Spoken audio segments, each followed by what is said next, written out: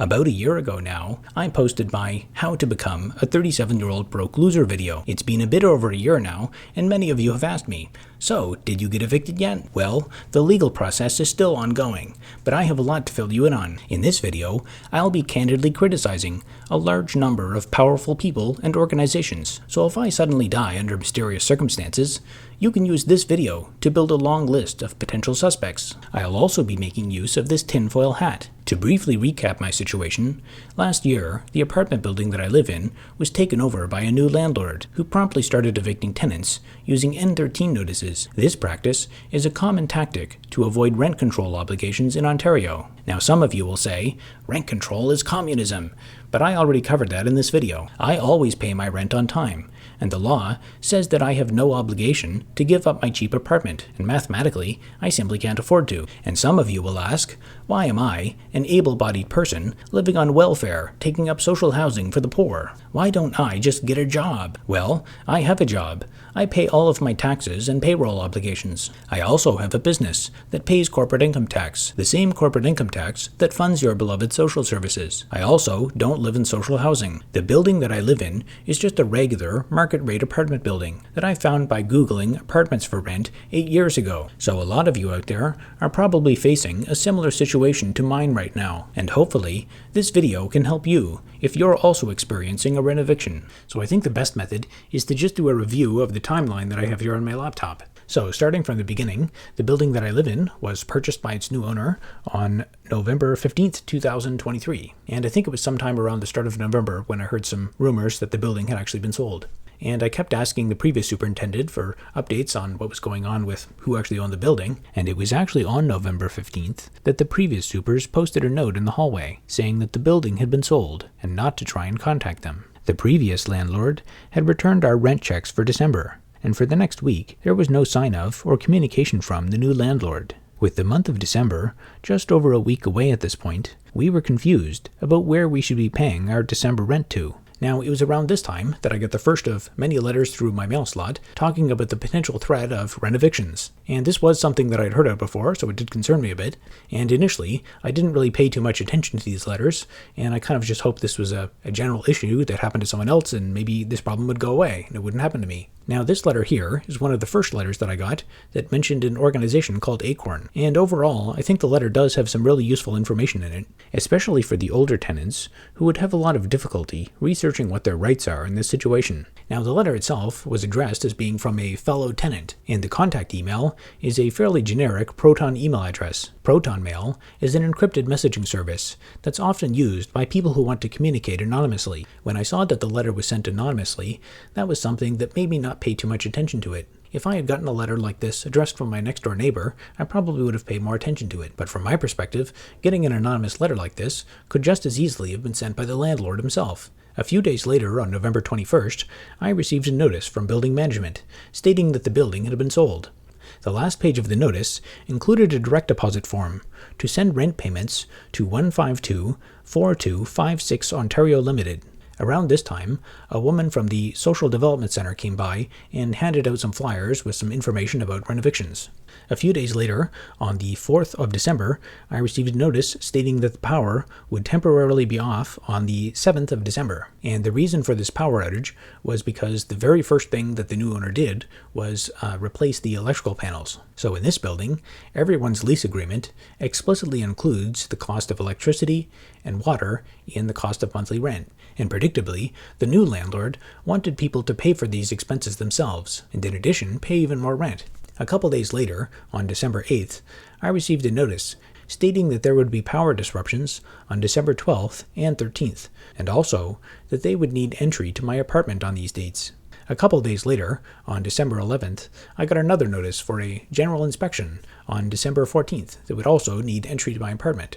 Now, for the winter of 2023, I was actually away during Christmas visiting family. So I was actually kind of concerned that while I was away for those 3 weeks, that maybe they might evict me from my apartment and I'd come back to find it empty or find my stuff not there. But when I finally got back in January, I was happy to see that I didn't get any eviction notices. So at that point, I started hoping that maybe we're in the all clear. But unfortunately, that was not the case, because on January 31st, everyone in the 07 apartment vertical slice got a N13 eviction notice. Now, since I was not among the first group of people in the building to get an N13 eviction notice, it took me a little while to get up to speed on what was actually going on. Throughout the month of February 2024, I heard lots of commotion and discussions in the hallways. 15 days after my neighbors got their first N13 eviction notice was the first ACORN meeting on February 15th, 2024. Now, I actually missed this initial meeting, so I'm not quite sure how it went, but I believe that this is the point where ACORN started to get involved and try and set up some sort of tenant union in the building. Now, a couple weeks later, on February 28th, the tenants held a rally in the lobby, and I guess the point of this rally was to protest the renovictions. Now, I do recall hearing about this protest happening at the time, but I've never really been into protesting. In my opinion, the way to actually win these sorts of issues is to do so in a courtroom. I didn't attend this protest, but apparently the landlord called the police on the tenants that were in the lobby. About a week later, on March the 7th, was the very first tenant union meeting. Now, from what I recall of this meeting, it was very well attended. The room was completely packed. This was also the first opportunity I had to observe how many elderly people are in this building.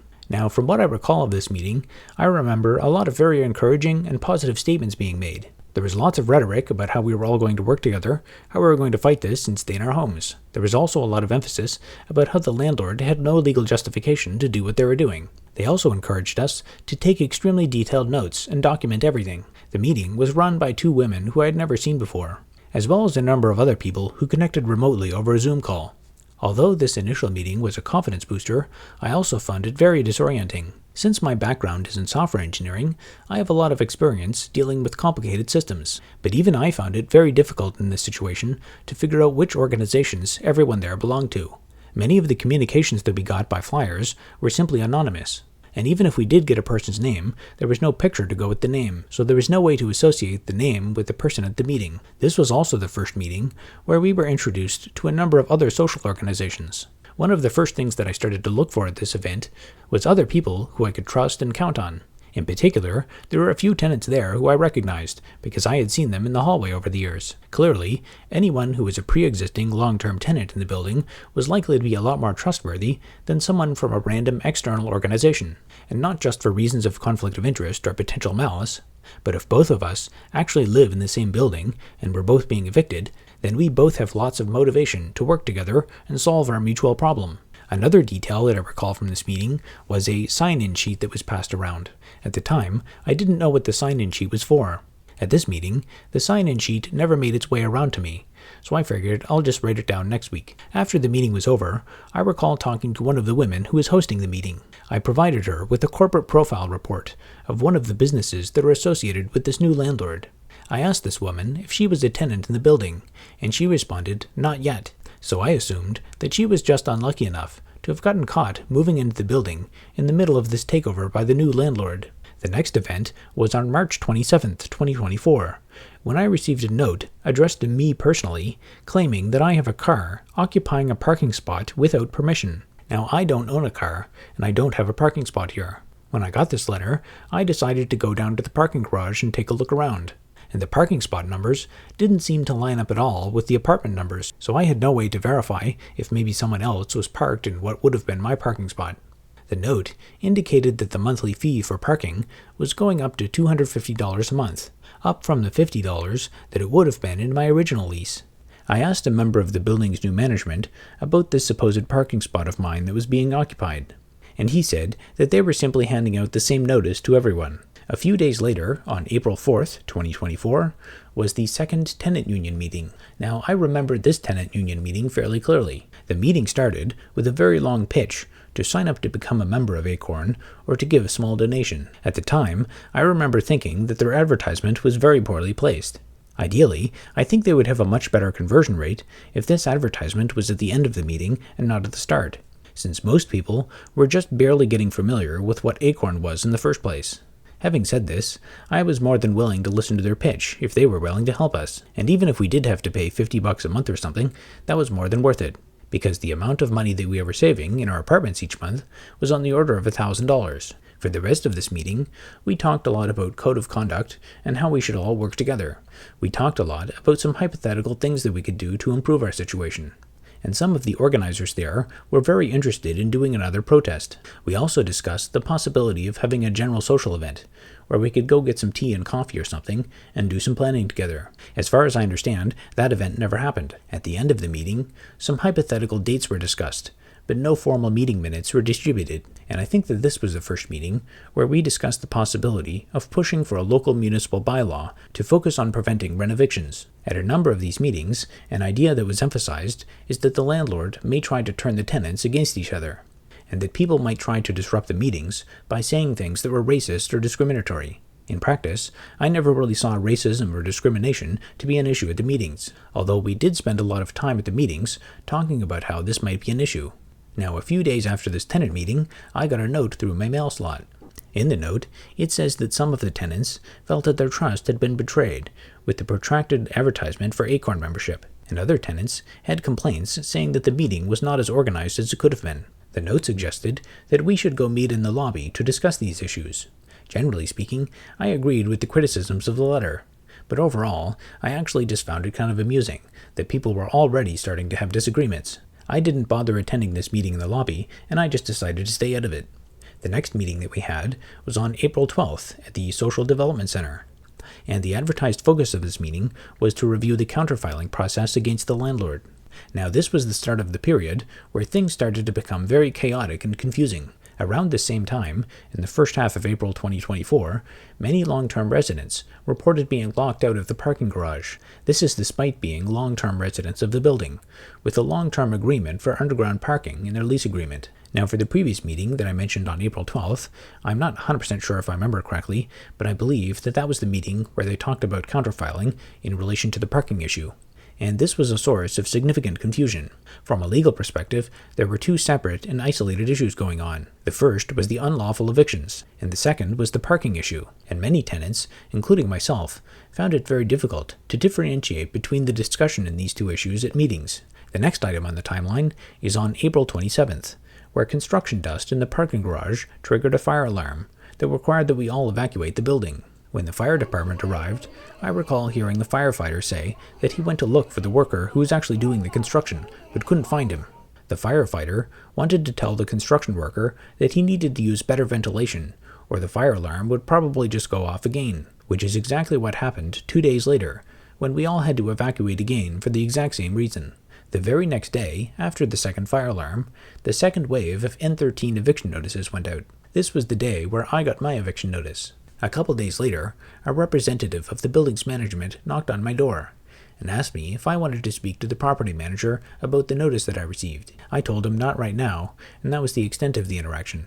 Other tenants told me that they were provided with the option to simply stay in their apartment if they agreed to pay more money. It's important to note that when a landlord gives you an N13 notice, that doesn't necessarily mean you have to leave.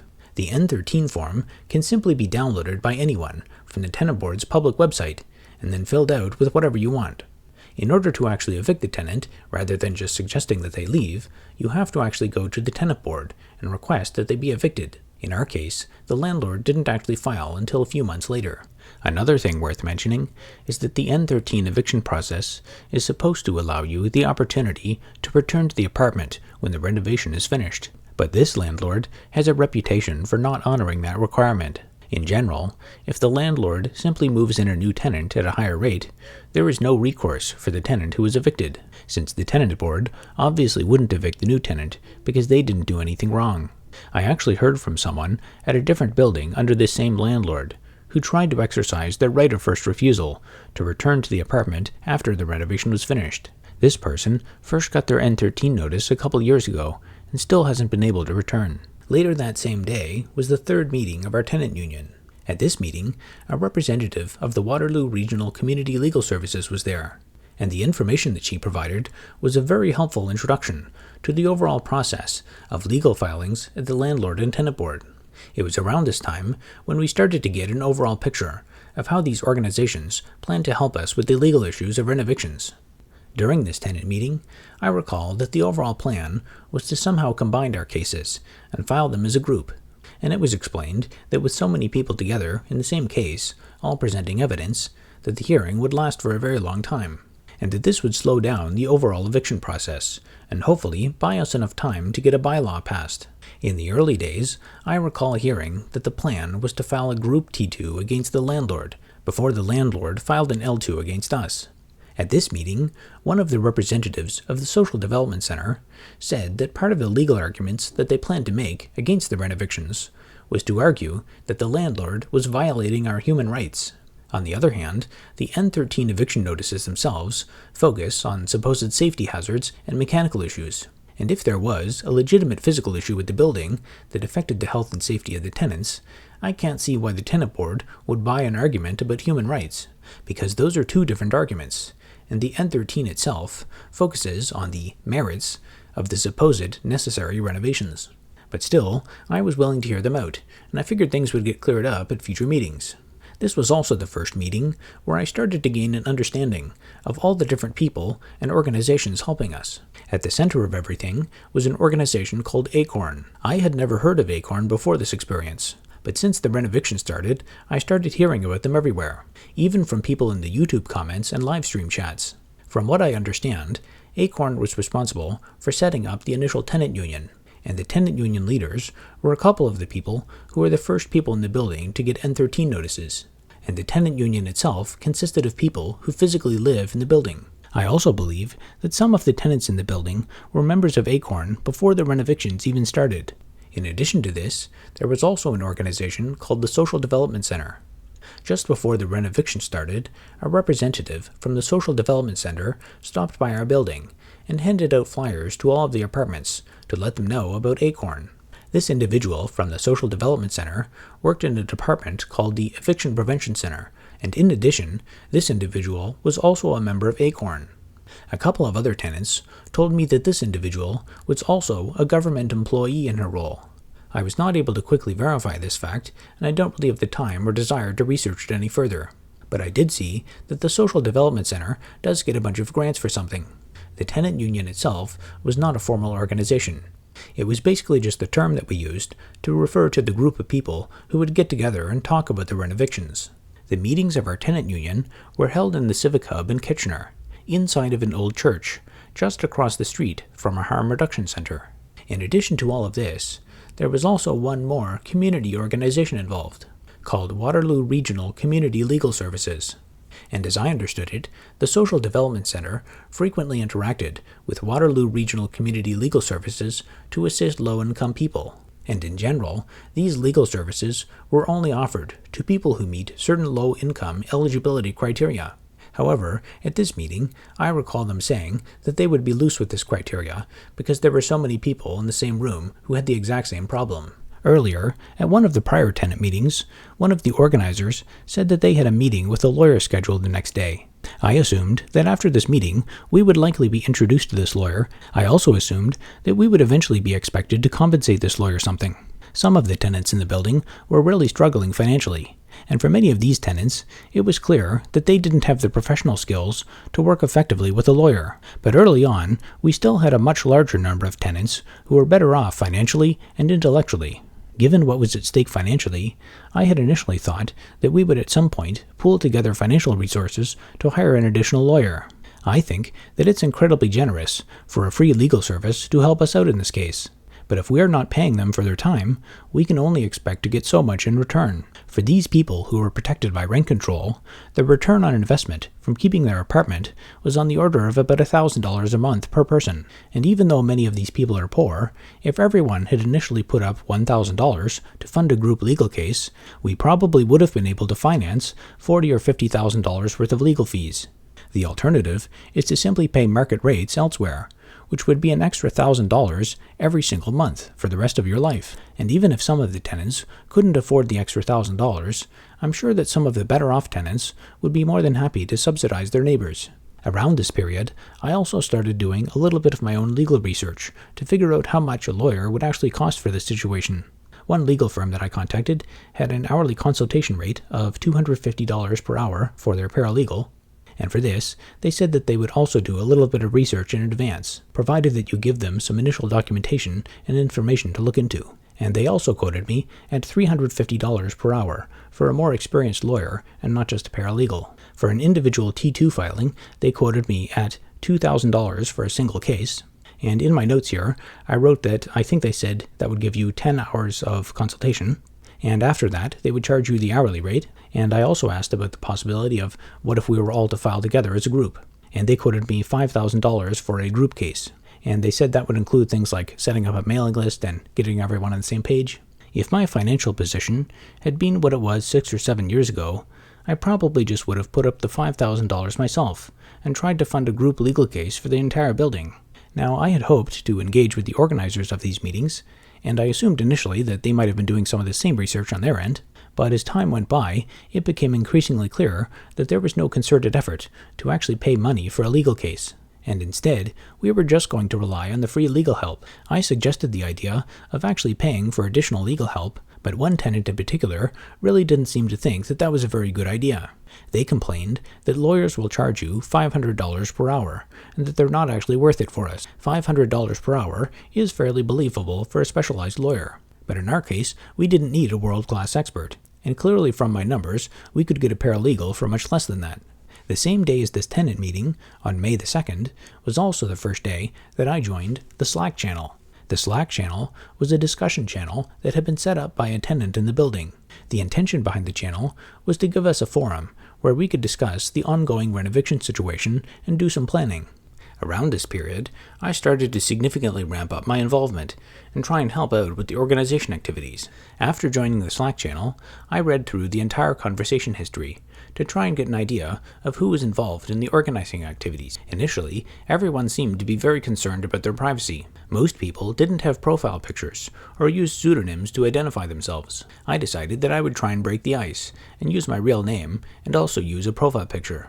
A few days later, on May 5th, 2024, I set up a website to hopefully help with distributing information to tenants.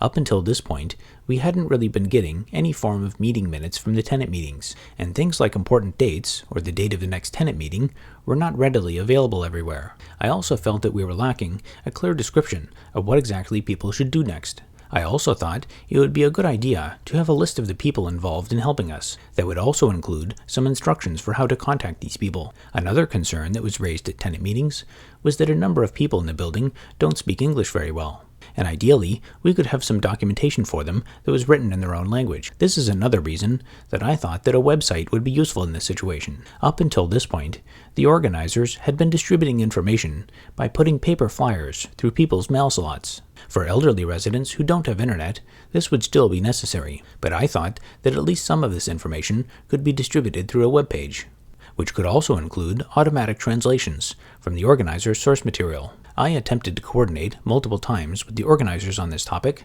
but nothing ever came of it. I even added a feature to the site that would have allowed the organizers to post updates directly to the website anonymously.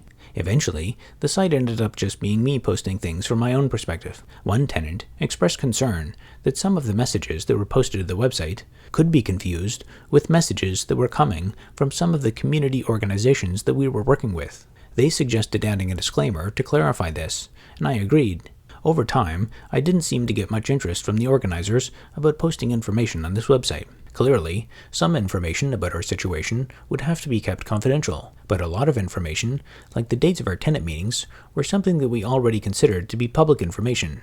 The physical flyers that were distributed in the building were distributed indiscriminately, and oftentimes, members of the building's new management would also receive these flyers, and they were the ones trying to evict us. A couple tenants told me that they checked the website every single day, and that it was one of the few information sources that they had to get updates from. The next day, on May 6, 2024, was a workshop on T2 filings, which was also held at the Civic Hub. This workshop on T2 filings provided us with more information about filing at the Landlord and Tenant Board. I believe that it may have been on this date that I got this consent form from the Social Development Center. The form seems to give quite a few rights to the Social Development Center to speak on your behalf. The consent form says, I give the Social Development Center, Waterloo Region, permission to 1. Speak to my landlord's representative, other community organizations, the City of Kitchener, and or the Landlord and Tenant Board on my behalf. 2. Share information about me with my landlord's representative, other community organizations, the City of Kitchener, and or the Landlord and Tenant Board. And 3. receive information about me from my landlord, my landlord's representative, other community organizations, the City of Kitchener, and/or the Landlord and Tenant Board for the purposes of eviction prevention and community support. For the most elderly and vulnerable tenants in the building, this kind of consent form was actually fairly reasonable, since many of them had a very hard time understanding what was going on with their legal situation. If you asked them, they would even have trouble explaining to you that they got an N13 form, which by this point was a fact that had been repeated endlessly. However, in my case, I still had a lot of uncertainties about what would or would not be negotiated on my behalf. The Social Development Center is not a law firm, and the person who asked me to sign the form was not a lawyer, so I decided to wait a little while until I had a bit more information about their process before signing the form. 2 days later, on May 8, 2024, was the March to City Hall protest. This was to be a protest where we would all march down to Kitchener City Hall, and apparently present a letter demanding that the city councillors approve a municipal bylaw that would protect us from renovictions. As I mentioned before, I'm not really into protesting, but since I had also received my eviction letter only a few days ago, I figured why not try it out, see what all the fun is about. I volunteered that I could do some printing if they needed to, and one of the organizers asked that I print out some flyers for them. I also printed out the supposed demand letters that we would be presenting to City Council. In addition, I also put the demand letters in fancy envelopes, and put the names of each city councillor in a fancy Germanic font. I also printed out at least one protest sign for them. Frequently, when I see someone protesting something, I consider it a double tragedy. The first tragedy is that they're suffering from something that's so bad they feel the need to protest about it. And the second tragedy is that I can't read anything that's written on their sign, so I can't even think about how we would fix the issue. But for my printed sign, I made sure that this wouldn't be an issue. Early in the morning, on the day that the protest was to happen, information was circulating in the building, claiming that some people's cars in the parking garage had been broken into. There was already a lot of anxiety in the building, and this served to only increase it even further. When I came downstairs to the lobby on the morning of the protest, the landlord had hired security people who were sitting in all of the chairs in the lobby. For the actual protest, we did in fact march down to City Hall. Once we were there, the organizers of the protest said a few words. Apparently, for the day of the protest that we chose, the city councillors weren't actually working that day, so instead, we left the pile of demand letters with the secretary. Then, it started raining very heavily on us, and the protest dispersed naturally. The cars that were broken into in the parking garage was naturally a topic of discussion in the Slack channel. One of the things that I asked about was for more information about what actually happened. Even by this point, some tenants were having trouble getting accurate information about what was actually going on, and this uncertainty led to considerable anxiety. One of the people in the Slack channel said that she could put me in touch with the person who had their car broken into. She also said that this information had been forwarded to a reporter who had done some articles on our building previously. She never put me in touch with this person, so naturally, I asked for more information. At this point, she said that it's not my business to know.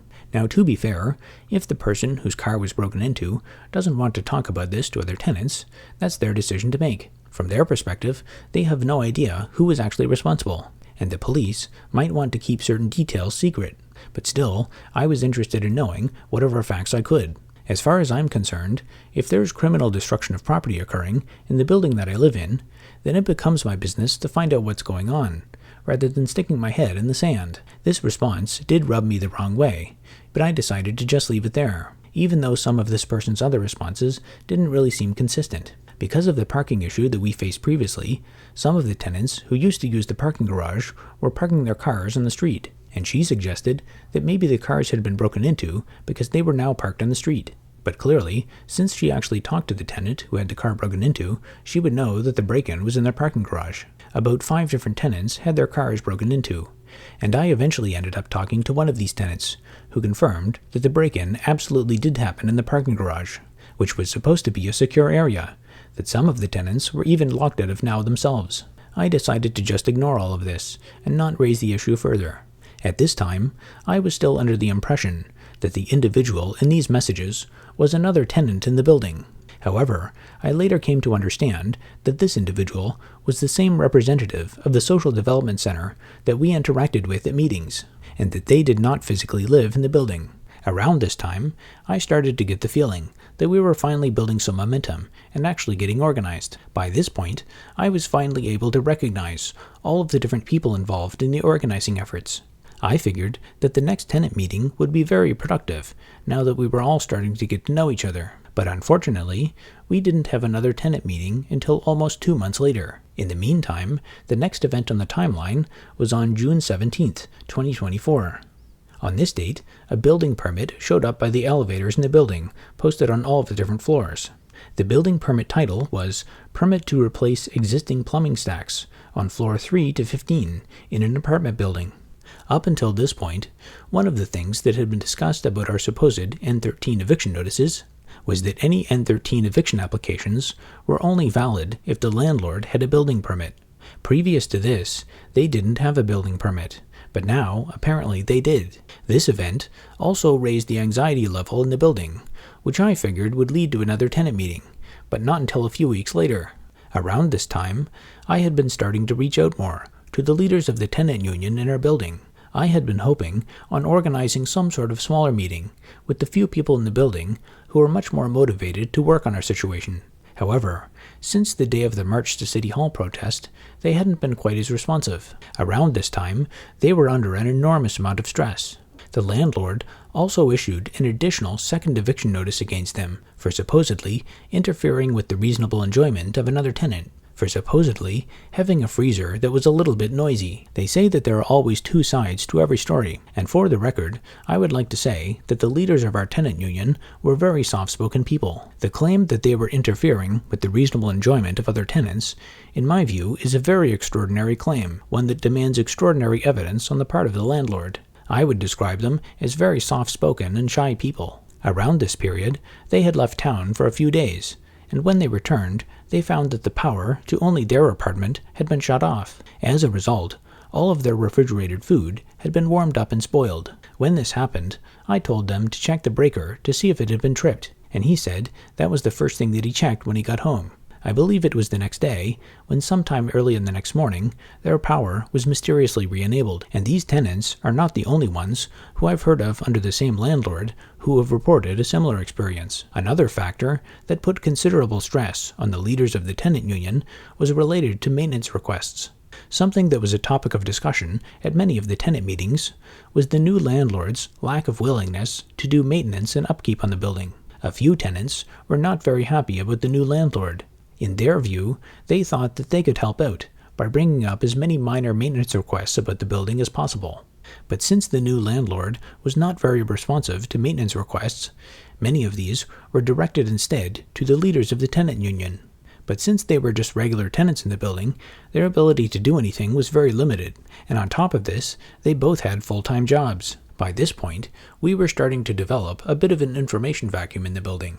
We hadn't had any tenant meetings in a while, and there was no information about when the next one was to be scheduled. The previous meetings had answered some of the tenants' questions about how the legal case was supposed to work, but as of this point, I still didn't consider the initial outreach to even have been finished. The initial waves of anonymous letters had put a lot of fear into the older tenants, and many of them were often scared to even open the door. In addition, the new landlord also experienced a very high staff turnover, so whenever tenants saw a new person knocking at their door, they didn't know if this person was there on behalf of the landlord to bother them. It was obvious to me that in order to get more people involved with what was going on, that they would need a familiar face to interact with, as opposed to anonymous flyers. I know from experience that in order to convey complicated information to people, they need to have it repeated to them. They also need lots of opportunity to ask questions and clarify things. I decided to do a little bit of outreach in the building on my own, to convey the small amount of information that I had. I quickly found that people had a lot of legal questions, and didn't know basic facts that we had already discussed at meetings, but unfortunately, I only had bits and pieces of information to give them. Up until now, there was apparently a mailing list that had been created. At the very first tenant meeting, the so-called sign-in sheet, I believe, was actually a sign-up to that mailing list. At later tenant meetings, I recall hearing that this sign-in sheet was also a sign-up to a mailing list, so I put my name and email down for the mailing list. Having said this, I don't actually know which mailing list this sign-in sheet was for. The organization ACORN had at least one mailing list of their own. In addition, I believe that the representative of the Social Development Center had their own mailing list for our building. And in addition to that, I believe that the Waterloo Regional Community Legal Services also had their own mailing list. I was eventually able to get onto ACORN's mailing list, but I never got onto the other two. It had also occurred to me that one of the potential explanations for why I wasn't getting details about what was going on was because I hadn't submitted the consent form yet. People in the legal profession have to be very careful to honor the confidentiality of their clients' cases. However, I talked to some other tenants who had already submitted their consent form, and they didn't really have much more information than I did. Some of them were on the mailing lists that I wasn't signed up to yet.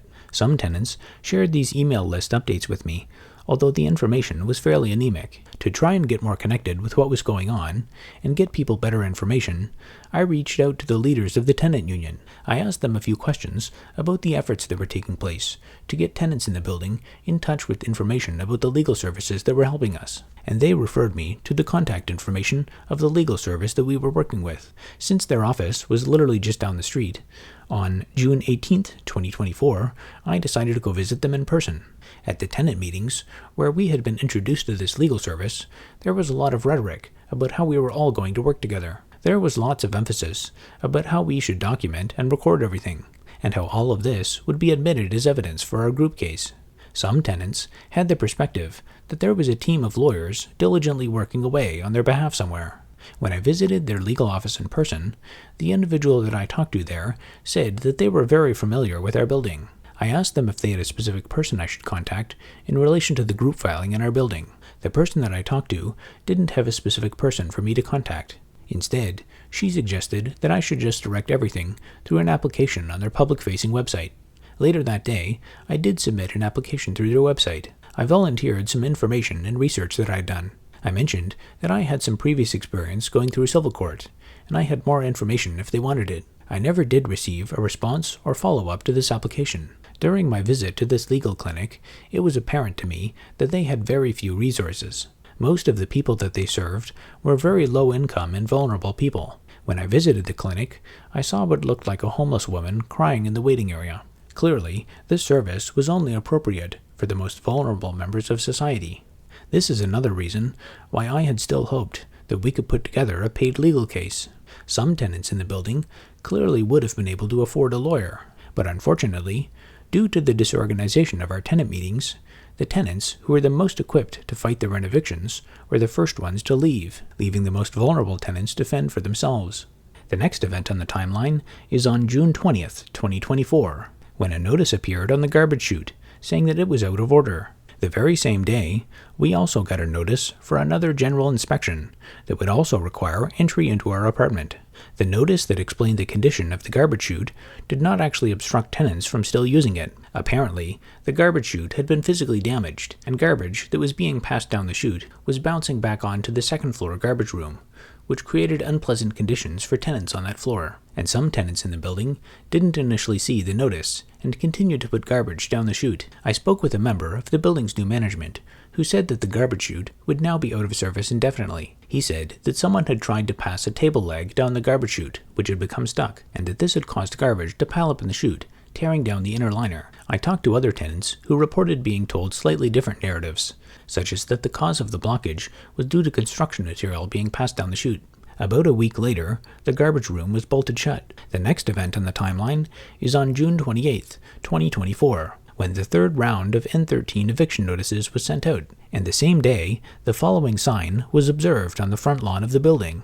Now, the content of this sign is a mind-numbingly boring detail, but unfortunately, it's a very important part of the story. In short, the sign was placed there because the landlord requested minor variances to the building lot. Whenever you try to build something in the city, there are all sorts of municipal laws that specify how you're supposed to do it. Things like the maximum height that a building is allowed to be, or in this case, the exact number of parking spaces you're supposed to have. Whenever the landlord requests a variance, they're requesting that the rules vary a little bit just for their specific case. If the maximum allowed height of a building is 40 meters, and you want to build a building that's 41 meters, that's really not a huge difference. So if you go to City Council and ask them nicely for a variance, they might just let you do it. And that's exactly what was happening here. although confusingly, this variance was actually requesting 3 separate changes and not just one. Some tenants found this request for a variance to be extremely confusing. At least one tenant told me that they thought that the landlord was trying to build additional apartments in the parking garage. This request for minor variances is something that we'll return to. The next item on the timeline is on July 5th, 2024, when the corporate profile report for 1524256 Ontario Limited was updated to include a record for articles of revival. Something that I didn't mention previously is that the company that we were asked to make our direct deposit rent payments to was dissolved in 2008. This numbered company was originally incorporated on May 17, 2002. On August 9, 2008, it received an indication of being in default of the Corporations Tax Act, possibly for failing to file annual returns. On December 13, 2008, the corporate profile report includes a record for a cancellation request.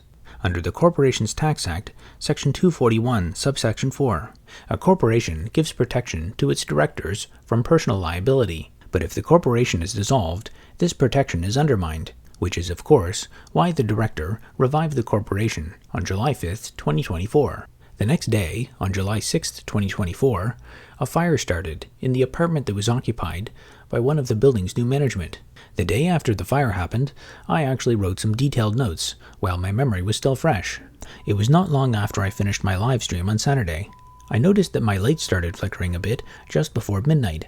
At the time, I thought that this kind of looked like an issue with the power, but sometimes my light bulb has a loose connection, so I turned the kitchen lights on to see if it would flicker too. A few minutes later, the fire alarm went off, so I figured that there probably was indeed a fire, probably caused by the electrical disturbance that I saw. Since it probably was a real fire, I opted to take the stairs and not get clogged up in the elevator. I went into the eastern stairwell, and in there I heard loud banging noises on the floor just above me. Since the place where the noises came from was only a few steps away, I opened the door to the hallway above me, and I immediately saw smoke in the hallway. A number of tenants on this floor were out in the hallway, looking at the door of the apartment that was on fire. The loud banging noise that I heard was almost certainly someone banging on his door. I asked if anyone was in the apartment, and nobody knew for sure. Smoke was pouring out of the apartment door. I mentioned to everyone that if someone was in there, we'd need to get them out very fast, or they likely wouldn't survive. I could hear noises inside of the apartment, and it sounded like the noise was probably from the fire, but I reasoned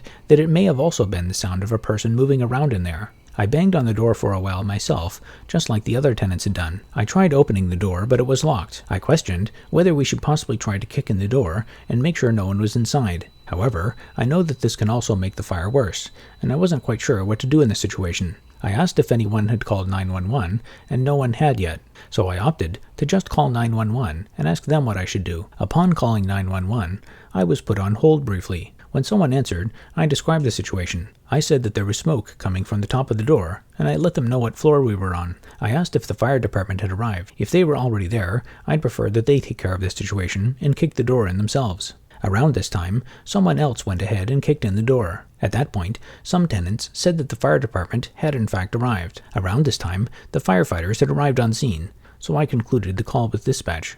Later on, after the fire was out, I talked to one of the firefighters outside. I asked him what would be the right judgment call in this situation, and he said it's a very difficult question to answer, and it could go either way. Eventually, I ended up talking to the tenant in the building who actually pulled the fire alarm. He said that he actually did hear beeping initially from the apartment. However, the fire in the apartment didn't actually trigger the building fire alarm, so he had to do it manually. When I arrived, about a minute later, there was already some smoke in the hallway. After the firefighters put out the fire, the eastern stairwell was full of ash and water. This mess that was present in the stairwell went all the way down to the basement, and the puddles of water and ash were not cleaned up, and were simply left to dry up naturally. 2 days after the fire, on July 8th, we had the next tenant meeting. This meeting was not run by the leaders of our tenant union as the previous one was. It was run by the individual from the Social Development Center, who was also present at most of the previous meetings. By this point, I had been attempting to do a bit of outreach on my own,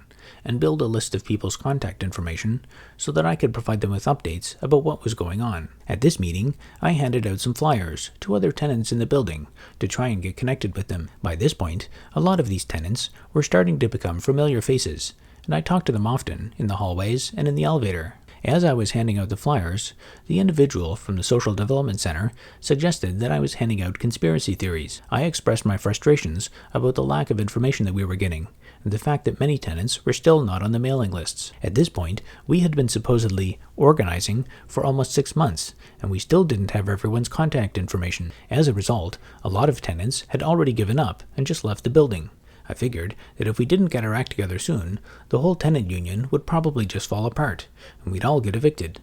Up until this point, this individual from the Social Development Center had tried to shut down a lot of what I thought were very reasonable conversations. Now, to be fair, in about 20% of cases, tenants would occasionally say things that I thought were inappropriate. Things like unnecessary accusatory statements about things that other tenants may or may not have done, or whether or not they had taken special deals with the landlord. But in the other 80% of cases, she would try and cut people off when I thought they were asking reasonable questions. The provided justification was usually about preventing the spread of so-called gossip and misinformation, or conspiracy theories. In previous interactions, I had simply submitted to her request to stop talking about the issue and move on. After I vented my frustrations about the lack of communication, she said that I would have to change my attitude with her. During this interaction, I decided to redirect whatever energy she showed to me right back at her. I corrected her and informed her that in fact she would have to change her attitude with me. Unsurprisingly, she didn't like to hear that, but I continued to double down and raised the volume of my voice substantially and used a lot of colorful language to emphasize the points I was making. I emphasized that I would continue to cooperate with her in helping the tenants in the building, but she would have to change her attitude with me. I figured that this probably would burn some bridges, but if we weren't making progress on our legal case, then the bridges weren't worth anything anyway. I also figured that this might provoke some productive side conversations that I was not a part of. For the rest of this meeting, the tenants discussed research that they had done on the parking variance that was posted last week. The next event on the timeline is on July 11th, 2024, when a tenant emailed me to report that they received a notice telling them to remove the air conditioner or face eviction, or that they could have the electricity bill changed into their name to pay more. And this event connects to the general inspection that we had on June the 21st, when presumably they were just looking for air conditioners. And a couple days after I heard from this tenant, another tenant emailed me with the exact same issue, although for the second tenant, she had a portable indoor air conditioner. With large external air conditioners, there is a potential legitimate safety concern. But in this case, since the tenant had a portable indoor air conditioner, I really thought they were grasping at straws here. Around this time, the Social Development Center passed a note around the building, saying that the landlord would likely use this as an additional justification for an unlawful eviction order. I reached out to them and asked them about the portable air conditioner issue. I got an out-of-office notification, and to my knowledge, we never received additional guidance on air conditioners.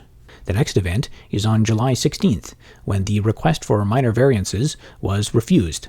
Now, at the time, the tenants celebrated this as a huge win because they put a lot of work into fighting it. But this is not the last you've heard of this variance. The next event was on July 25th, 2024. On this date, I got the response to the Freedom of Information request that I filed to find out what the cause of the fire was.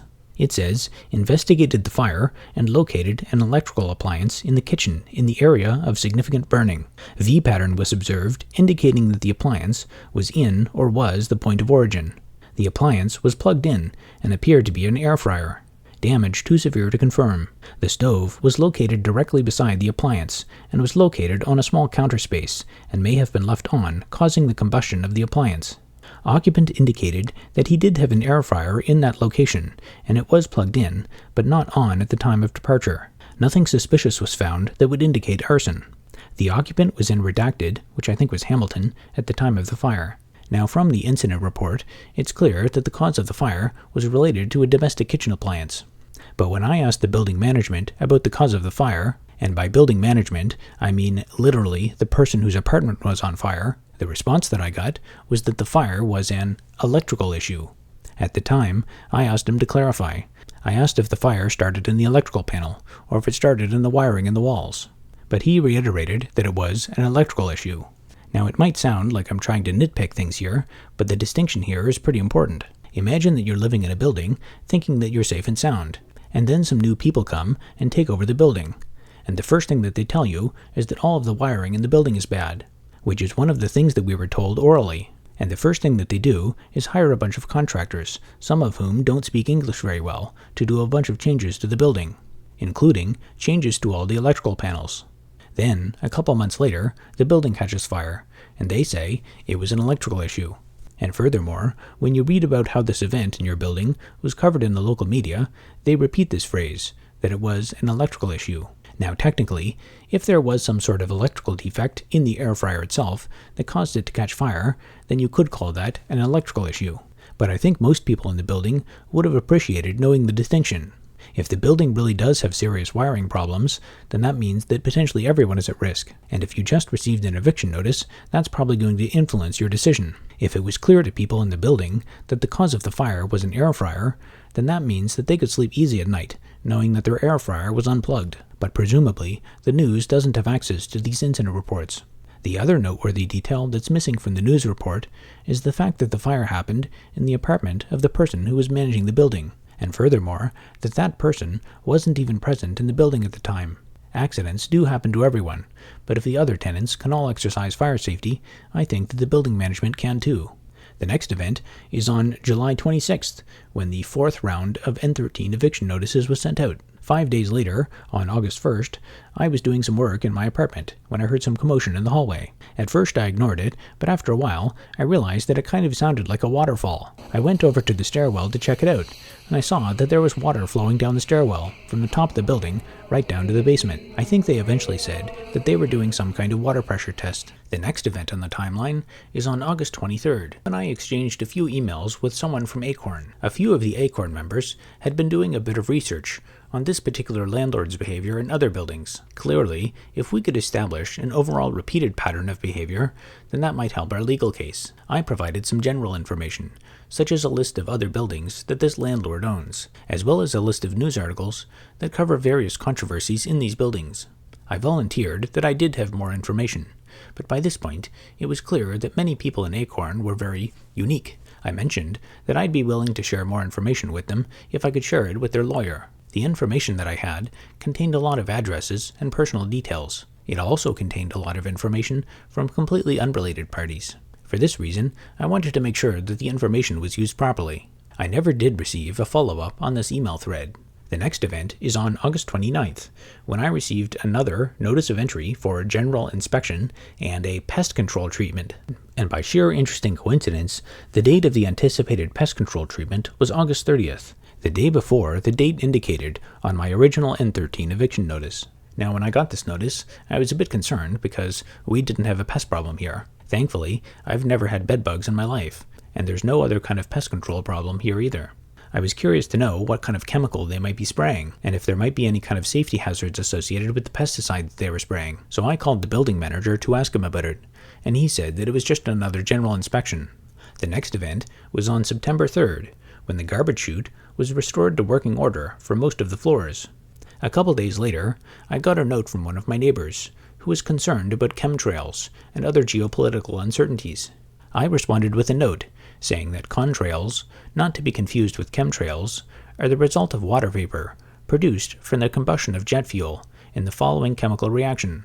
A couple days later, I got another note from a different elderly neighbor who I had seen at meetings. In the letter, he stated that he was experiencing considerable anxiety. He mentioned that he had heard that the legal case hadn't been won yet, and he was interested to know if there were any tenant meetings coming up. At this point, the last tenant meeting was 2 months ago, so we were once again developing an information vacuum. I was eventually able to make contact with this tenant, and I talked to him for a while over the phone. I gave him some updates about what I knew.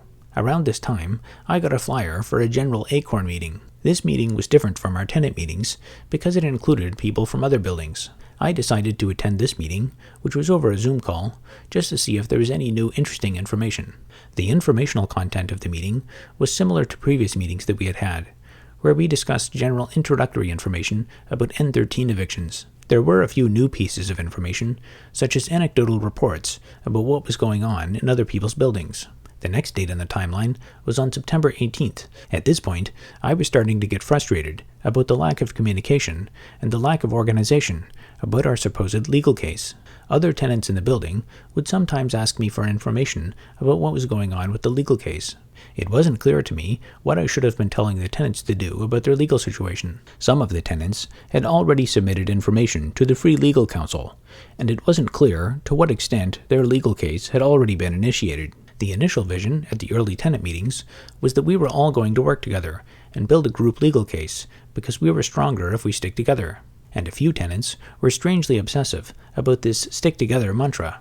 On the other hand, some of the tenants reported that the people we were working with were not very responsive because they were so busy and overburdened, which is of course very believable because this is not the only building that they were supporting. In fact, this was not even the only building in this city that was experiencing renovictions from the same landlord. I questioned whether I should be advising that maybe some of these tenants seek their own independent paid legal counsel, and a few of these tenants told me that they were already looking into this. In the morning of September 18th, I sent a very long and critical email to both the Social Development Center and Waterloo Regional Community Legal Services about the lack of clear communication about what we should do next.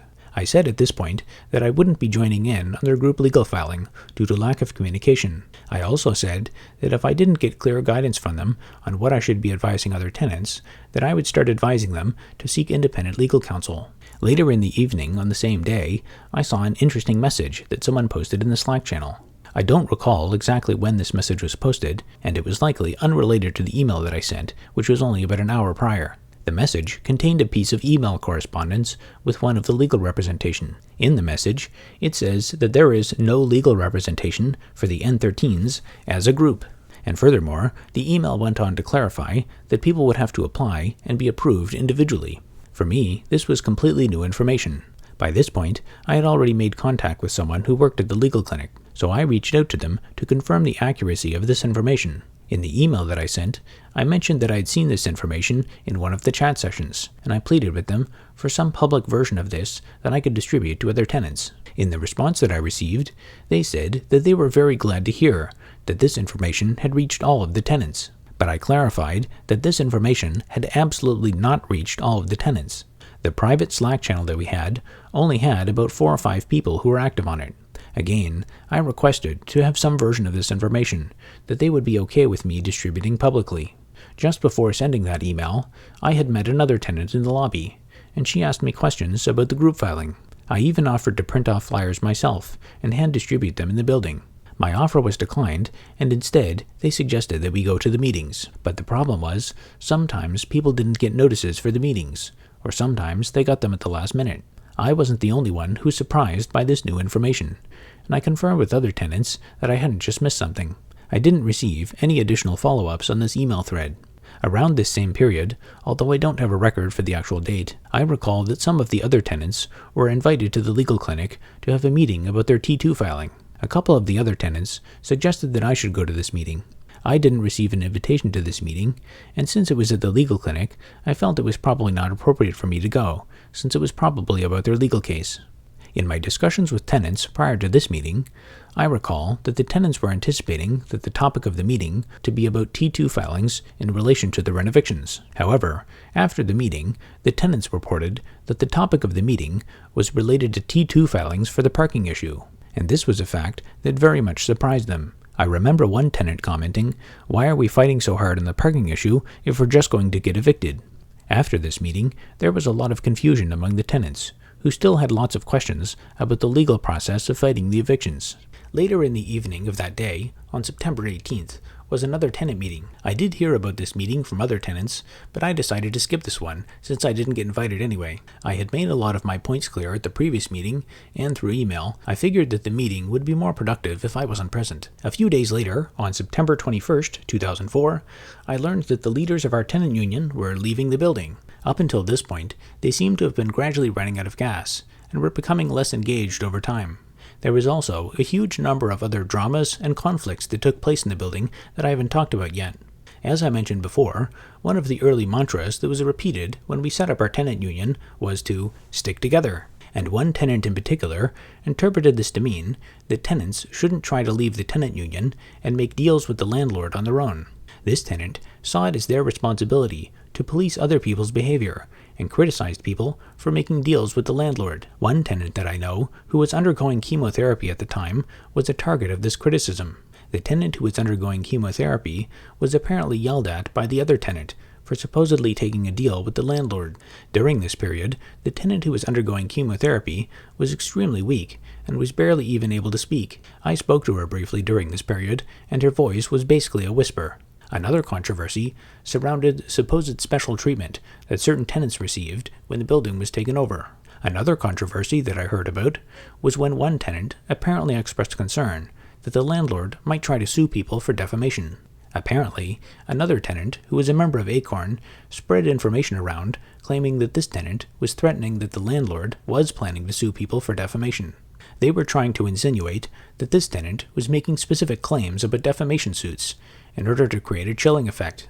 One day when I was walking down the stairwell, I talked to an elderly man who lived in the building. He told me some information that he had apparently obtained somewhere about the individual who I had seen at one of the earlier tenant meetings. Specifically, about the individual who I asked if they live in the building, and they responded, "Not yet."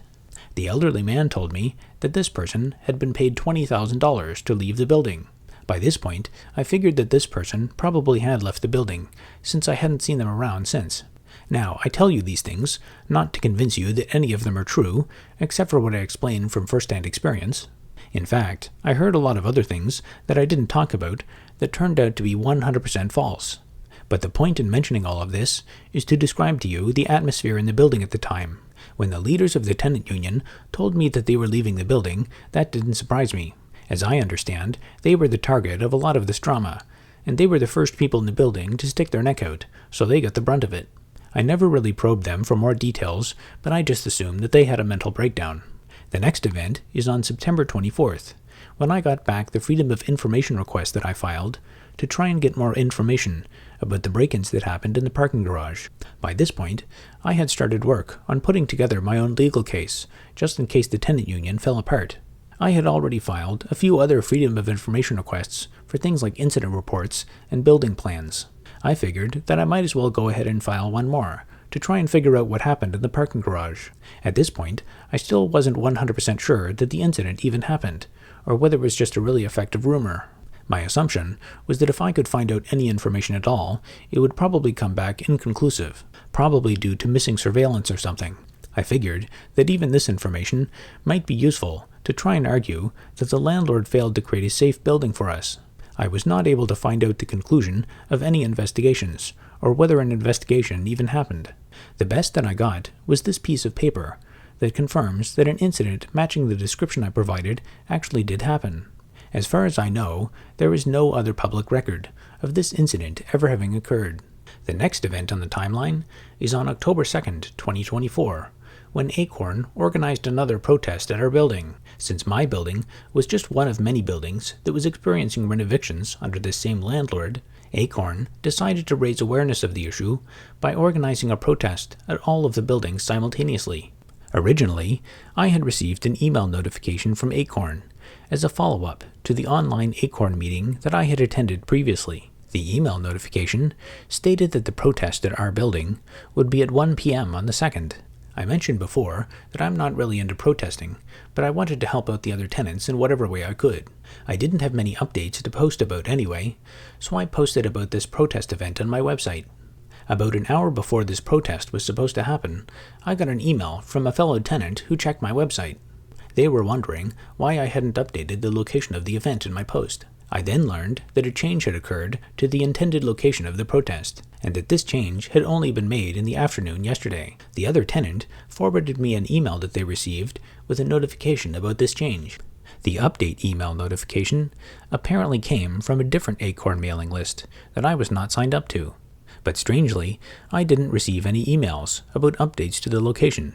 I even checked my spam folder. I updated the intended location on my website, but at this point, tenants were very confused. I talked to another tenant that day who had driven down all the way from Northern Ontario just to be present at this protest. He hadn't received an N13 eviction yet, and he wasn't very involved in the meetings, but he was hoping to talk to someone at this protest to get information about what was going on with the renovictions. The anticipated location of this protest had been changed to another building in the city that was also experiencing renovictions under the same landlord. Since I don't have a car, and I didn't want to travel all the way across town by the bus, I opted to just stay here. Around the time that the protest was supposed to happen, I went down to the lobby to see if anyone showed up to this building. At this building, there was no one around. Apparently, only 2 people from this building showed up to the other protest. A few days later, on the 7th of October, I received an email with an interview request from North Star Media. Now, I considered ignoring this email at first because it came from a generic Proton Mail address. North Star Media does have its own domain name, so I thought it was curious that they were using Proton Mail. I had never heard of this news website before, and if you had asked me to guess, without any context, I probably would have guessed that it was based in North Korea. Overall, this news website did have a really weird vibe to it. I decided to respond to this email anyway, just to see where things would go. They asked me some generic questions, and I gave them some generic answers. Here's the article that they wrote about my interaction. In general, I don't really have any complaints about the article, although there are a few details that I find amusing. The first is that they referred to me as a tenant organizer. Now, I never referred to myself that way. I just wanted to create a website to get some information out to people. This news service has a very small YouTube channel with some rather unique videos. The next item on the timeline is on October 9th, 2024, when I sent an email to the individual from the Social Development Center about potentially posting the date of the next tenant meeting on my website. Previous to this email interaction, and previous to the tense interaction at the meeting in July, I had solicited feedback from this individual on multiple occasions. This individual was likely supporting on the order of hundreds of tenants across multiple buildings. Up until this point, it was never clear to me if this person's lack of responsiveness was simply due to being busy or a lack of interest in responding. This response was the first time that this individual ever responded to one of my emails. In her email response, she says that according to my website, I'm not affiliated with any tenant union. Now, I don't mean to be pedantic, but the disclaimer talks about information posted on the website, not about me personally. I was present at the tenant meeting where we all raised our hand and said, I agree to be in this tenant union. If they truly considered that I was not a part of the tenant union, why didn't they tell me that 6 months ago? Now, to be fair, I can understand why some of the tenants might have reservations about a website like this, but I let everyone know about the website, including the organizers, as soon as I had the website set up. I asked them for feedback about information to post there, and no one seemed to have a problem with it. She further suggested that I should reach out to ACORN and set up my own tenant union. By this point, we were already 9 months into this process, so trying to set up a second tenant union would of course be ridiculous. Previously, it was never clear to me if she was just busy or wasn't interested in working with me, but this email clarified that uncertainty. Later in the evening of that same day was another tenant meeting to connect tenants of this building with tenants from another building under the same landlord who were experiencing the same situation. This meeting was run by the same person who had just told me to not send her any more emails. I heard about this meeting from other tenants, but I didn't personally receive an invitation, although at this point that didn't surprise me. As a matter of self-preservation, I decided to attend the meeting anyway, to see if there was any useful information. But what did surprise me is that I was not the only tenant from our building who was not invited. At the time, I remember thinking that the optics of this was incredibly poor. Everyone in the building had a lot of anxiety at this point, and finding out that the rest of the tenants had a meeting without you might be upsetting to some people. At this meeting, one of the tenants complained about the extremely poor planning of the October 2nd protest. This man also had a full-time job, and he complained about the time of day of the protest. Since the protest was at 2 p.m., he was not able to attend because he had to work. The reason that was explained for the timing of the protest was that we have to protest during work hours. Because if the protest is done outside of work hours, then apparently the media won't show up. The organizer of the meeting was also able to get one of the city councilors to attend this meeting to hear some of our complaints. Some of the people at City Hall had previously complained that they were having trouble tracking down our landlord and finding out who he was, and that this was one of the reasons why they hadn't done much about our situation. At this meeting, I obtained some contact information from the city councilor who was present, and I sent her an email the very next day with some information and research that I had done about the landlord. I mentioned to the city councilor that I had more information if they wanted it. I received an initial reply 11 days later, stating that the information that I provided would be forwarded on. I didn't receive any additional follow-ups on this email thread. The next event was on October 15th, 2024, when I received the official L2 eviction application against me from the Tenant Board through Canada Post, and the mail package that I received had a few different pieces of paper in it.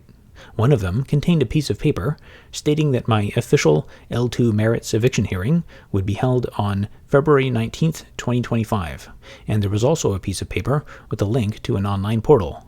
And from that day forward, I kept track of my case through the online portal. The next event on the timeline is on October 17th, when I attended the next tenant meeting. Now, this tenant meeting was the last tenant meeting that I attended, so I took a few notes. So this was the first tenant meeting for our building, where the previous leaders of the tenant union were officially no longer in the building. And I kind of figured and hoped that maybe we would choose some new leaders for our tenant union, because if we had someone who actually lives in our buildings who was chairing the tenant union meetings, then that person would be very motivated to avoid getting evicted. But this meeting was once again run by the individual from the Social Development Center. And when she started the meeting, she made a few statements that made it sound like we had already solved our eviction problem. But in my opinion, we hadn't really even finished the outreach yet. And from my notes here, I wrote down that she had decided to rename these meetings to the Michael Klein Tenancy Advocacy something or other like that. And I guess the vision going forward was it was not really going to be a tenant union anymore. It was going to be more about lobbying and trying to get a bylaw passed. And at this meeting, she said she was going to set up a few different working groups to get us to do some research on bylaws. And this meeting was hosted by the individual from the Social Development Center, as well as 3 other former ACORN people.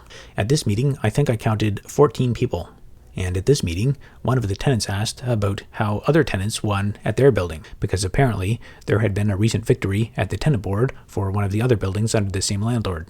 And the individual from the Social Development Center said that she did not know because the person who was her contact in ACORN was not talking to her anymore. And the meeting started off with some discussion about how the people hosting the meeting were all former ACORN people.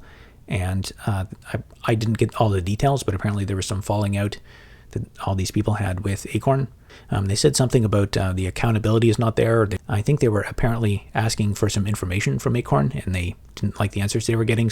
And I also think it's amusing to note that the person who she said that she was not talking to anymore in ACORN is the same person in ACORN that she recommended that I reach out to talk about setting up a tenant union. And at this meeting, one of the tenants pointed out that time is ticking away and our hearings are coming up. And the person leading the meeting said there are no updates on the legal front and they're still waiting for more case numbers to come in.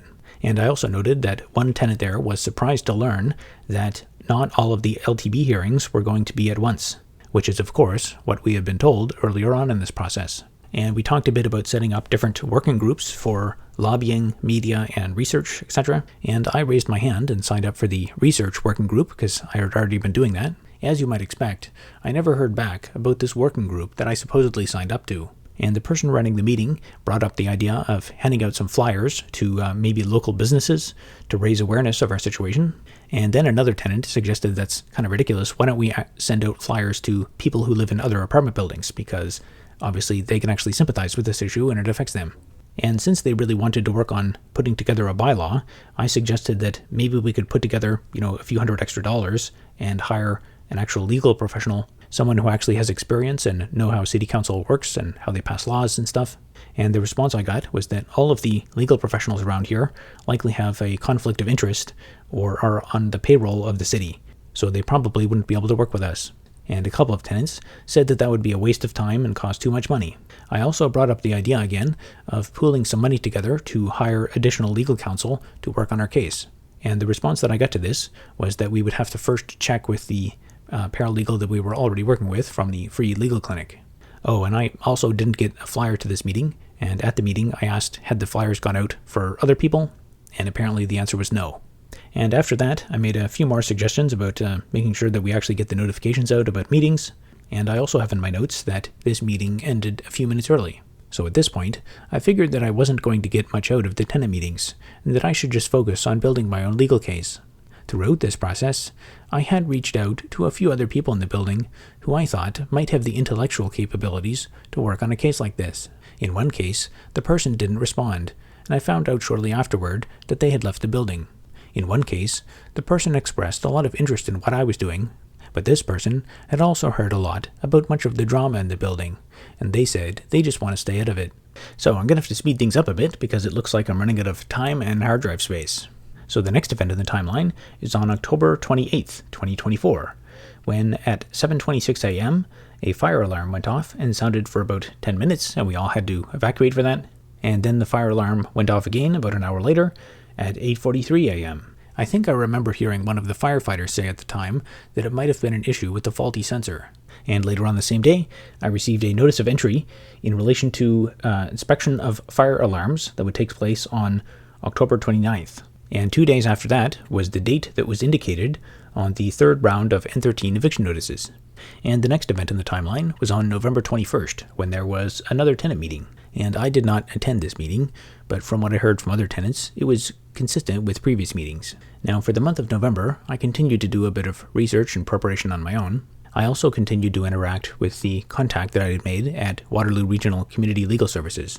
So at this point, it was clear to me that these services didn't really have a lot of resources, so I decided to share some of the information and research that I had done with them, and not bother pressing them further on the communication issues. I mentioned to them that even though I wasn't seeking representation from them, I'd still be glad to share some of the information I had with them. I shared some of the Freedom of Information requests that I had done, and other things like corporate profile reports. At this point, I really didn't have any insight into what kinds of legal arguments that they were planning to make. I would describe these email communications as positive and amicable, although it was clear that they didn't have a lot of time to interact with me. A few of the times, the responses that I got were out-of-office notifications. The next event in the timeline is on November 28th, 2024, when I got a call from ACORN, and the person on the call asked if she could count on me going to the December 3rd ACORN meeting at the Civic Hub. I asked her what the meeting was going to be about, and she said something very general and non-specific. And I responded that I probably wouldn't go to that meeting. And I asked if I had met her before, because I had met a few of the other ACORN people. And she said probably not, because she was from Ottawa. And once again, on December 19th, I got another call from ACORN. And I wrote down that the call came from a private number. And if I recall correctly, I think it actually said Ottawa on the caller ID. And they wanted me to know about an event that was coming up for ACORN, and they really, really wanted me to write down the date of this meeting. And I wrote down in my notes that it almost sounded like they were talking on speakerphone or something, because there was a very bad echo, and I could barely even hear them. So in preparing for the legal arguments to actually fight the merits of the N13 eviction, the arguments that I would make would obviously have to focus on what was actually in the building permit. And the building permit that was issued was only valid for 6 months. And since the building permit appeared around June 17th, that would put the expiry date just into the start of January. So I thought that there was probably a risk that they might immediately renew the building permit just in January, which was immediately before my eviction hearing. And then if I tried to make some legal arguments, I might be working on an outdated copy of that building permit. So since my eviction hearing was on February 19th, I thought I might have enough time during January and the start of February to get prepared a legal case, and that way if they changed the building permit, then I would be able to respond to that in time. And I was hoping to actually find a professional engineer who can maybe make some comments about the building plans. So on January 6th, that was when I first started reaching out to other engineers, and I had trouble reaching people because a bunch of people were still out on vacation. At least one of the messages that I got back said they wouldn't be back until the 14th. And the next event on the timeline is on January 8th, 2025. At 10 a.m., I was notified that my eviction hearing for February 19th was canceled, and it was rescheduled to January 27th, which was 23 calendar days sooner. But that kind of understates how much less time I had to prepare, because now there was only 2 weeks and 2 business days left for me to prepare. So it was around this period that I put out that YouTube video requesting commentary from smart mechanical engineers.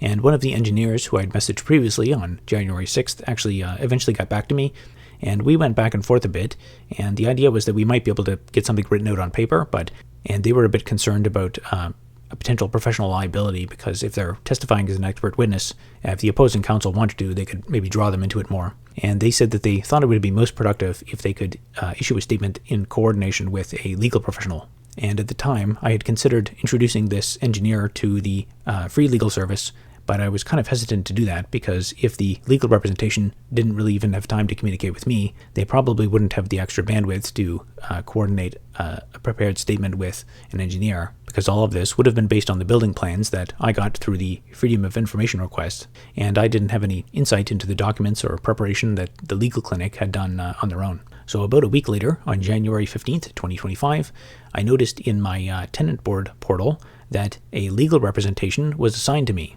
Now, this was a surprise to me because I had not given consent for this person to represent me. And of course, I recognized the name of this individual who was assigned to me as my legal representation.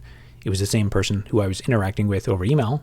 But this surprised me because I had never given consent for this person to represent me. I hadn't signed anything, and I had explicitly stated over email that I wouldn't be joining in on the group filing. I had originally planned to hire my own representation, although in the end, that ended up not happening because there was just too much going on. Since I've been through civil court before and chasing someone for bad debts, I figured that this was something I could probably handle on my own. And furthermore, since I had never actually coordinated with this free legal representation about how exactly the hearing process would unfold, I was a bit uneasy in having someone else represent me when we hadn't even had a discussion about what arguments are going to be made. And it's also worth mentioning that the tenant board doesn't have any kind of automatic legal representation that's assigned to you. It's not like in a criminal case or something where you have a lawyer that's appointed to you by the court. Representing yourself at the tenant board is not really that abnormal. Now, the fact that this legal representation was automatically assigned to me put me in a very difficult position. On one hand, in the LTB portal, it was clear that this person had been assigned to me as my legal representation. But on the other hand, many of the other tenants in the building were on a mailing list from this legal clinic, where they got updates with more information about what was going on with the legal case. And I was not on this mailing list. But of course, that was not unexpected, because I had explicitly told them that I didn't want to be a part of the group filing. And if they weren't representing me, there would be no good reason for them to send me emails about other people's legal case. So clearly, there was an inconsistency somewhere. There was also apparently an information session sometime around this period where they talked about the legal case. And unsurprisingly, I didn't get an invitation to this, although I was told by another tenant that it wasn't very productive anyway.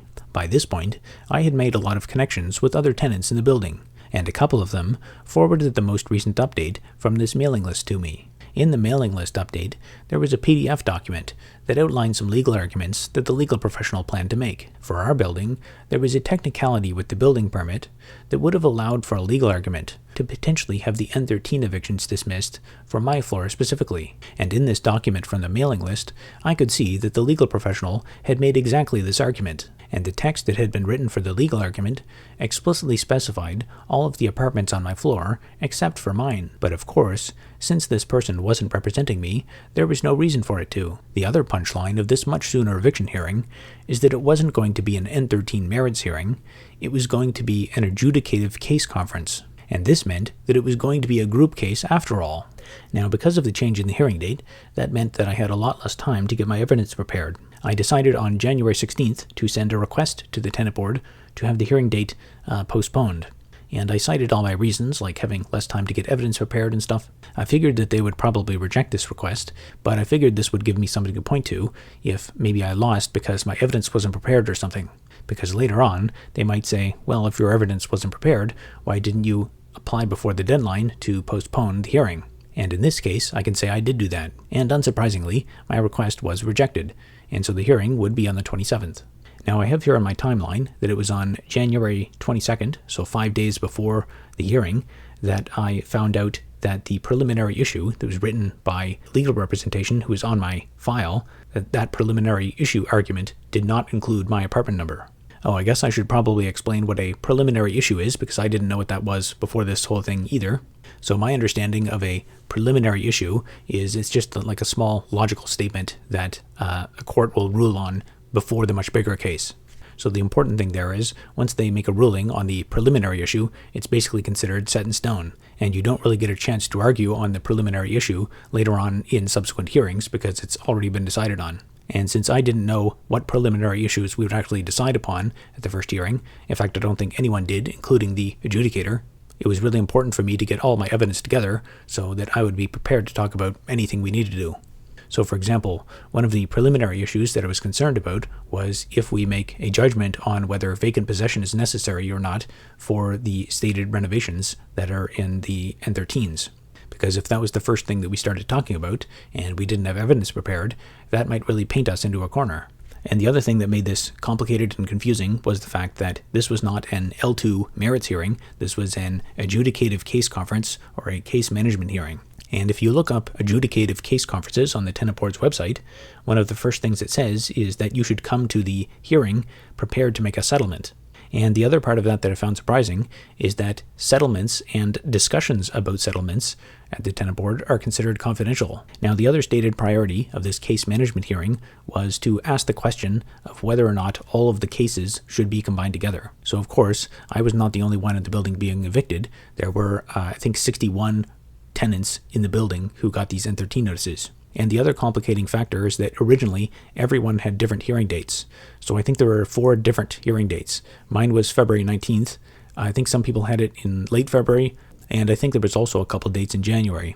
So originally, there was something like 8 or so tenants that were grouped together that were going to have their eviction hearings held separately. And the point of the adjudicative case conference was to answer the question, should all of these cases be combined together because they have enough facts that are in common? So by this point, I had absolutely no idea what to expect.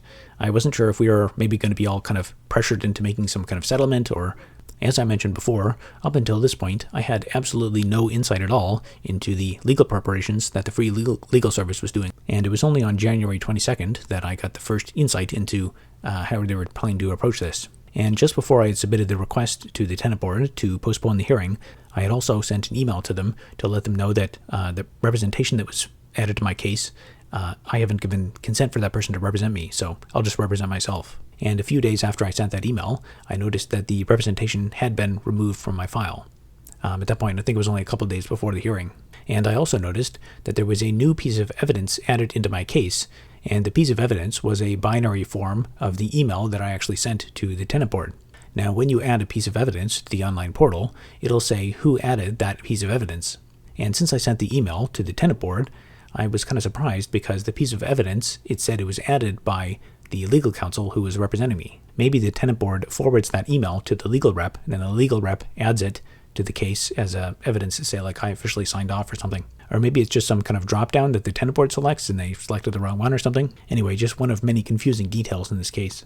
Okay, let's go through my notes from the day of the adjudicative case conference. So the hearing was conducted over a Zoom call, and one of the first things that I should emphasize is that this was incredibly disorienting. I know that the whole idea behind this call was to group a bunch of the cases together, but I had no idea if maybe because I was representing myself, if I'd be off on my own or if I'd be in like a different hearing room or something. And because this was all on Zoom, there was no such thing as, a hearing room. We had these breakout rooms on Zoom. And so when we first joined the call, there was, I guess, like the lobby or whatever. And after we were there for a while and got signed in, we were added to a breakout room.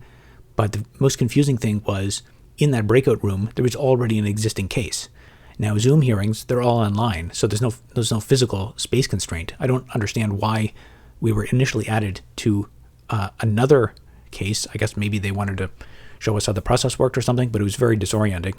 And in fact, one of the tenants, you can click to raise your hand, and he interrupted this other hearing to say, like, hey, I don't think I'm supposed to be here. I'm in this such and such building, because we're listening to these two people go back and forth, a tenant and a landlord, argue about something, and it was in a completely different building, unrelated to us. And then the adjudicator stepped in and said, oh yeah, you're actually in the right room.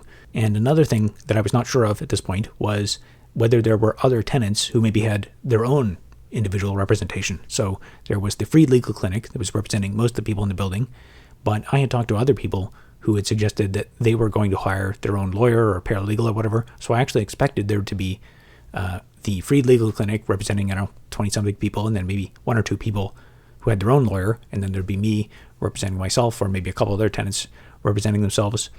But it actually ended up being, it was just me representing myself, and it was the Free Legal Clinic representing the rest of the tenants in the building. And so it was us 2 groups against the landlord.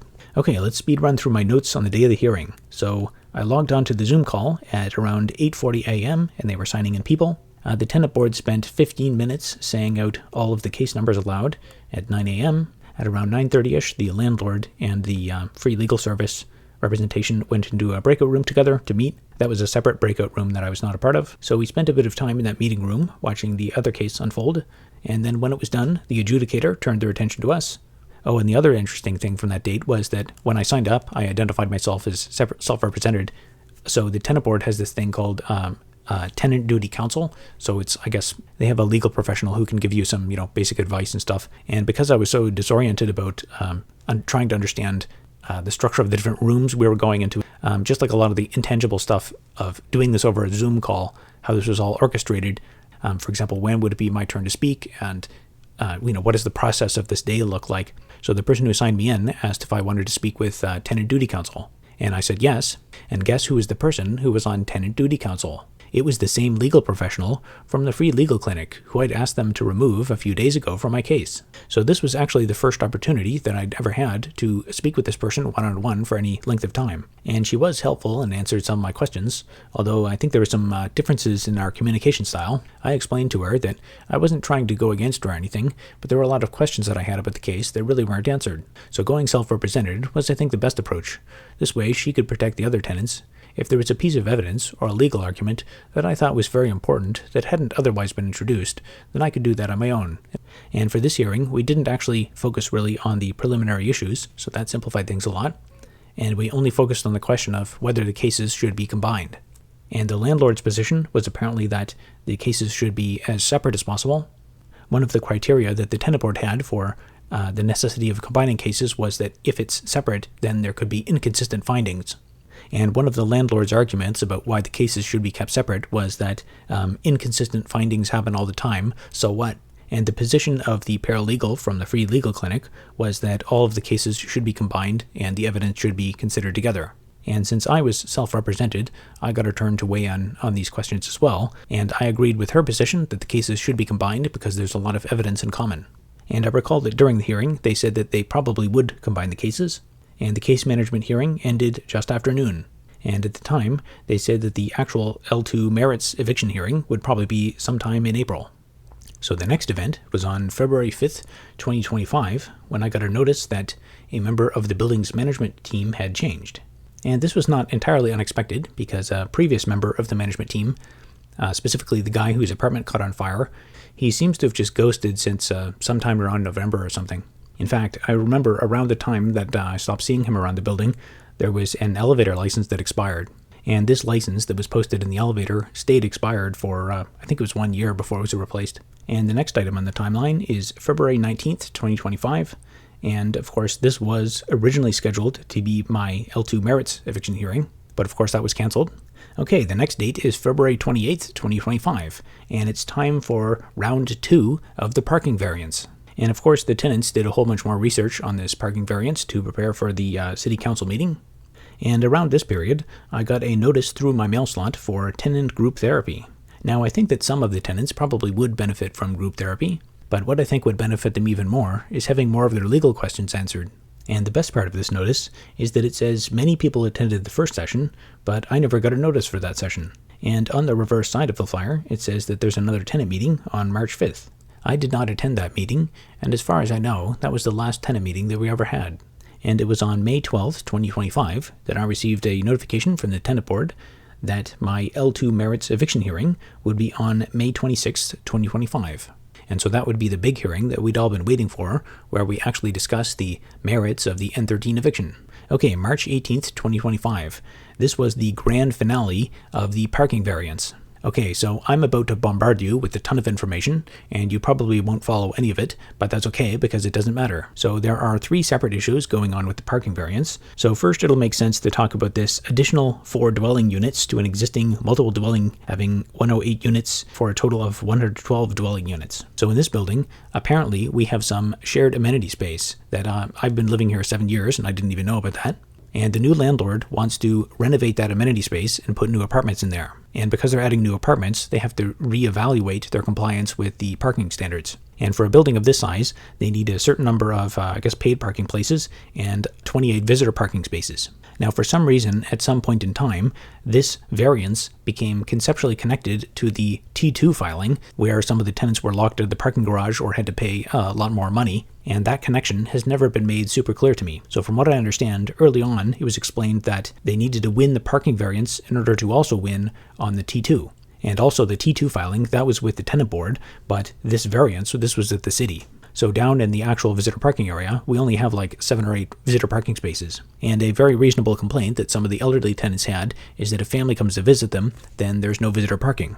So I think some of the tenants were pushing back on that because we overall just don't have enough parking here.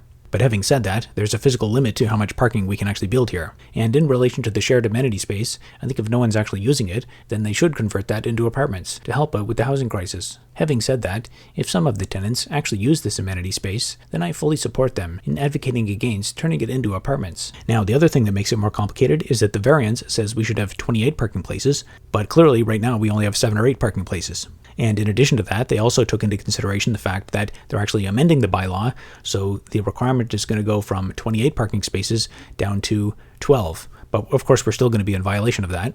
And there's a super long city council meeting where this was hashed out in detail.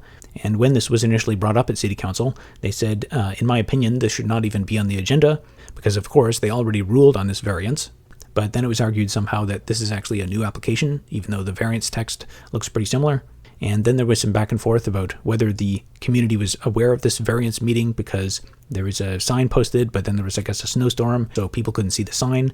And there's also some confusion because the local community might think that they already voted on this variance, but now it's back with what looks like basically the same text. So then they suggested maybe let's defer this, and then they did a vote to defer it, and they decided not to defer it. Oh yeah, and they're also supposed to take some pictures of the variance sign and record that or something, but then they lost those pictures. And then they went back and forth a bunch. They turned off the microphones for a while, and some of the tenants voiced their concerns about not having enough parking, and the meeting concluded with a vote on whether the variance should pass, and it passed 3-2. So after all that research and back and forth, the variance passed anyway. And there's a lot of weird aspects to this variance itself. I think if you wanted, you could probably try and build a narrative that like, oh, there's some corruption going on or something like that, because originally they voted on the variance, it didn't pass, and then it came back with basically the same text. And then there's something about the sign photo being missing, and they turn off the microphones for a while and chat. And I also looked into the guy who's running this meeting, and at the time of this meeting, he was working for Peak Realty. And when I saw that the company he was working for was called Peak Realty, I thought, that's interesting, because the private equity firm that actually financed the purchases of this building was called Peakhill Capital. And since both of these companies have similar names and somewhat similar logos, I thought maybe there's a connection there. So I looked into it a bit, and Peakhill Capital was incorporated on November 27th, 2019, and Peak Realty Limited was incorporated on August 18th, 1988. So there's probably no connection there. Now you could also say, this guy's working for a real estate company, so this must be some kind of conflict of interest or corruption or something. But then again, it probably does make sense to have someone who actually works in industry and understands how real estate works, who actually looks at these variances. Because if you're one of the people applying for these variances, you probably wouldn't want some clueless bureaucrat who doesn't understand how anything in business works.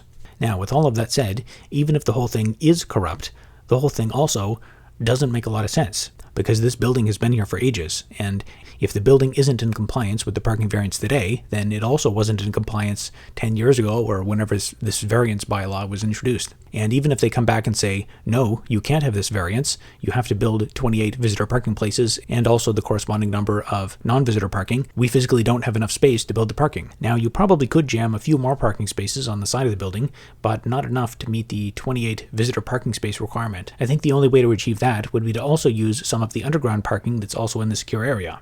Oh, and the other punchline is, supposedly, we have, 7 or 8 visitor parking places. From my perspective, we have never had visitor parking. We actually have an area down there that says, there's a big sign that says visitor parking, and I had someone come to visit who parked in that supposed visitor parking place, and they got a note in their window saying that if they parked there again, they would get towed. And so, even if the whole thing is corrupt, it also doesn't make any sense, and apparently, it also doesn't even matter. Because in some earlier communications, I saw that people said that they have to win the parking variance because that's related to the T2 parking filing. However, since then, I saw in other communications that apparently the other tenants won their T2 filing for the parking issue. And of course, they lost on the parking variance. So I was not a part of the parking issue, so maybe there's some details or inside scoop that I didn't get, but I've analyzed this issue enough, and I really don't care anymore. But I have to include this because many tenants spent a lot of time thinking about and analyzing this issue instead of working on preventing getting evicted. Here's a few quick snippets from the original City Council meeting. And in my opinion, this should not even be on the agenda. This is a new application and not a reconsideration of a past decision. And if I can make a comment, I've been on this committee, this is my 19th year. It is the first time I've ever seen anything like this, and as I said, I've been around for a while. Yeah, so I appreciate your comments. We're going to move this and as part of the back of our agenda here, deal with those two other applications. We'll come back. Back on our agenda here, we had one outstanding item, A 2025-026. In the last time that we went through this, it was mentioned that the planning department needed to go back to the drawing board because there's a problem in Kitchener with parking.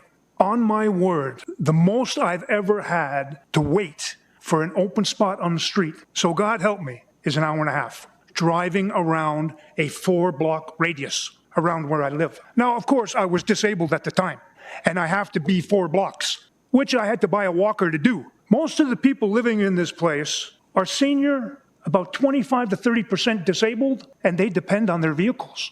At this point, Mr. Chair, I think we need a deferral so we can make sure that the neighbors are aware that this is coming back to the Committee of Adjustment.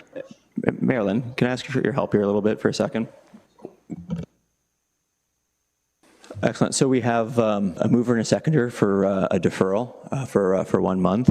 Lean on the agent here if they would be open to a deferral of 1 month. But I would prefer to go with the presentation for a decision from the committee. I'm wondering, and I was looking through the package, usually there is a picture of the sign.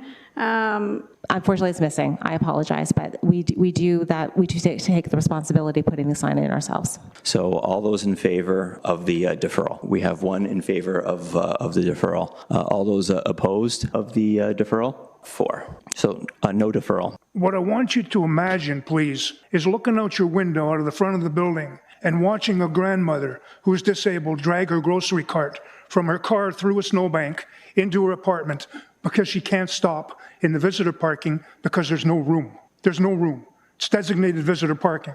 Imagine what that looks like. So we'll call for the vote. All those in favor? 3 and in favor. Those opposed? 2. So that is carried. Passes. Okay, the next item I have on the timeline is when a tenant posted some comments in the Slack chat about other tenants spying. So up until now, the Slack channel hadn't really been very productive for doing a lot of planning. I did find it fairly useful for getting information about stuff that was going on. Sometimes people would post pictures of notices that they'd seen around the building, or they'd maybe introduce new information about something that they heard from building management. Originally, I had hoped that the Slack channel would grow a bit more and we'd bring in more people and start doing some planning there. But unfortunately, there were 2 tenants in particular who really didn't get along with each other. And both of these tenants would complain about things that the other tenant would post there. And to be fair to both of these tenants, I'd probably agree with each one of them in about 50% of cases. So sometimes people would, once again, ask questions about what was going on. And one tenant would try to insinuate that these were conspiracy theories. And I also found that a lot of the discussion in the Slack channel ended up devolving into meta discussions about what was or was not appropriate to post there. So on one occasion, fairly early on, when we were all still just kind of getting to know each other, we made some rules that we should only post things there that are actually relevant to our case. And one tenant said that he was feeling fairly down and alone, and he posted a music video and said, this music video reminds me of this loved one who passed away. And normally, I didn't participate in these off-topic discussions, but in this case, I made an exception, and I posted a reply to his music video with another music video. And the other tenant, who was keen on clamping down on conspiracy theories, frequently cited this as an example of how the Slack chat is totally useless and it's just music videos and conspiracy theories.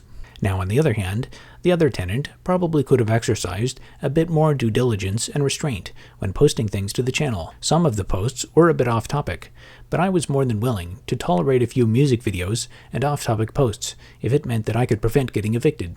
Now, a comment like this about someone in the building allegedly spying sounds pretty off the wall, but I'm pretty sure I know exactly who that tenant is talking about, and I can say that this individual and their friend did in fact use the word spying to describe their activities in their own words. So hopefully that gives you an idea of what it's like to live in this building. Okay, so the next event on the timeline is on May 26th, 2025. This was the big day for the L2 Merits Eviction Hearing. And leading up to this period, I didn't really get much insight into how other tenants or the legal services were preparing for the case. Now, because I was a separate party in this legal case, all of the other parties, including the other paralegal, had to serve evidence on me, and I also had to serve evidence on the other two parties, the landlord and the legal clinic. So I did that. I served my evidence, and they also served their evidence on me, and that was the first time I got a lot of insight into what kind of preparations had been done on the legal case. And I will say that I was very pleasantly surprised at what I saw. Now, most of the tenants didn't really have a lot of information to actually fight the merits of the N13 eviction itself, but there were a couple tenants who had actually done quite a bit of work on that. And the other thing that didn't really initially come through in the evidence package was we had a few different witnesses who testified on our side, and those witnesses were absolutely amazing, and they helped our case tremendously. And I should mention that I didn't have anything to do with arranging these witnesses. The credit for that goes to someone else. Most of these witnesses were people who actually had a history of working on the building, so they had specific knowledge of our building. There was a lot of tenants who had submitted information about like medical test reports and things, saying that this will impact them significantly if they get evicted. Now, on this May 26th hearing, I think it was only one of our witnesses testified, and on this day, it was mostly the landlord's witnesses that were testifying. And initially, on the morning of the 26th, we actually focused on a preliminary issue before getting to the actual N13 merits. So the preliminary issue that was argued in the morning had to do with distribution of compensation checks. So when you N13 evict a tenant, you're supposed to give them a small compensation check, something like 3 months' rent, which works out to be around $3,000 for the rent-controlled tenants. Now, some of the tenants did not get this compensation check, and if the tenant doesn't get the compensation check by the deadline, then it says in the tenant board rules that the tenant board cannot issue an eviction order against them. And so the point of arguing this preliminary issue was for that subset of tenants that their N13s should be dismissed because they didn't receive compensation checks. Now, when it came to arguing about this preliminary issue, there was a whole bunch of back and forth about trying to explain, where did these compensation checks go? Did they get lost? Were they held in the office? And the arguments for this preliminary issue applied to something like 14 different tenants that hadn't received these compensation checks and wanted the N13s dismissed. And I think it was 2 of those tenants provided some testimony to back up the claim that they did not get the compensation checks. Now, one of these tenants, in her testimony about not receiving the compensation check, mentioned that for other types of notices that she received, that she basically always received these notices. And so part of the logic of her argument was to say that because I received basically all of these notices, it seems implausible that I just didn't receive this specific one about the compensation check. And so therefore, that must mean that the compensation check, they simply never even attempted to deliver to me. Now, in relation to this preliminary issue, I had actually decided to provide some testimony of my own to contribute to the discussion, and I had made this decision to provide my own testimony before the other tenant testified.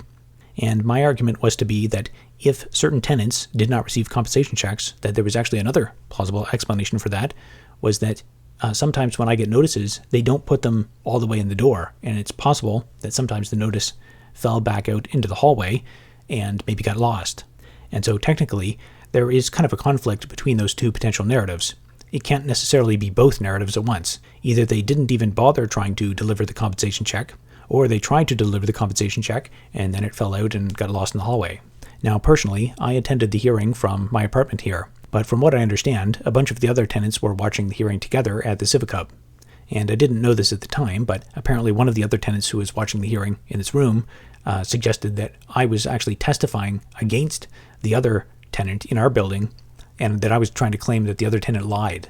And the other interesting thing is that after I provided that testimony, the opposing counsel, the paralegal who was representing the landlord, really latched onto my statement, and he seemed to be really happy and enthusiastic that I provided this testimony.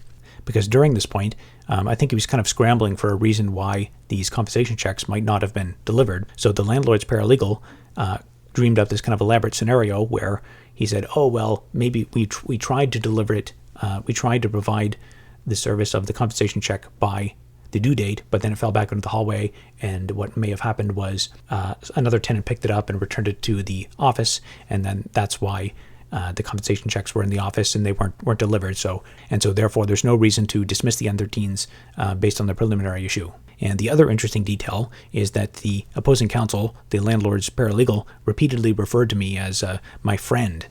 Now, I understand that that's just a legal formality. He's not really referring to me as his friend. But many of the tenants in the building don't necessarily understand that.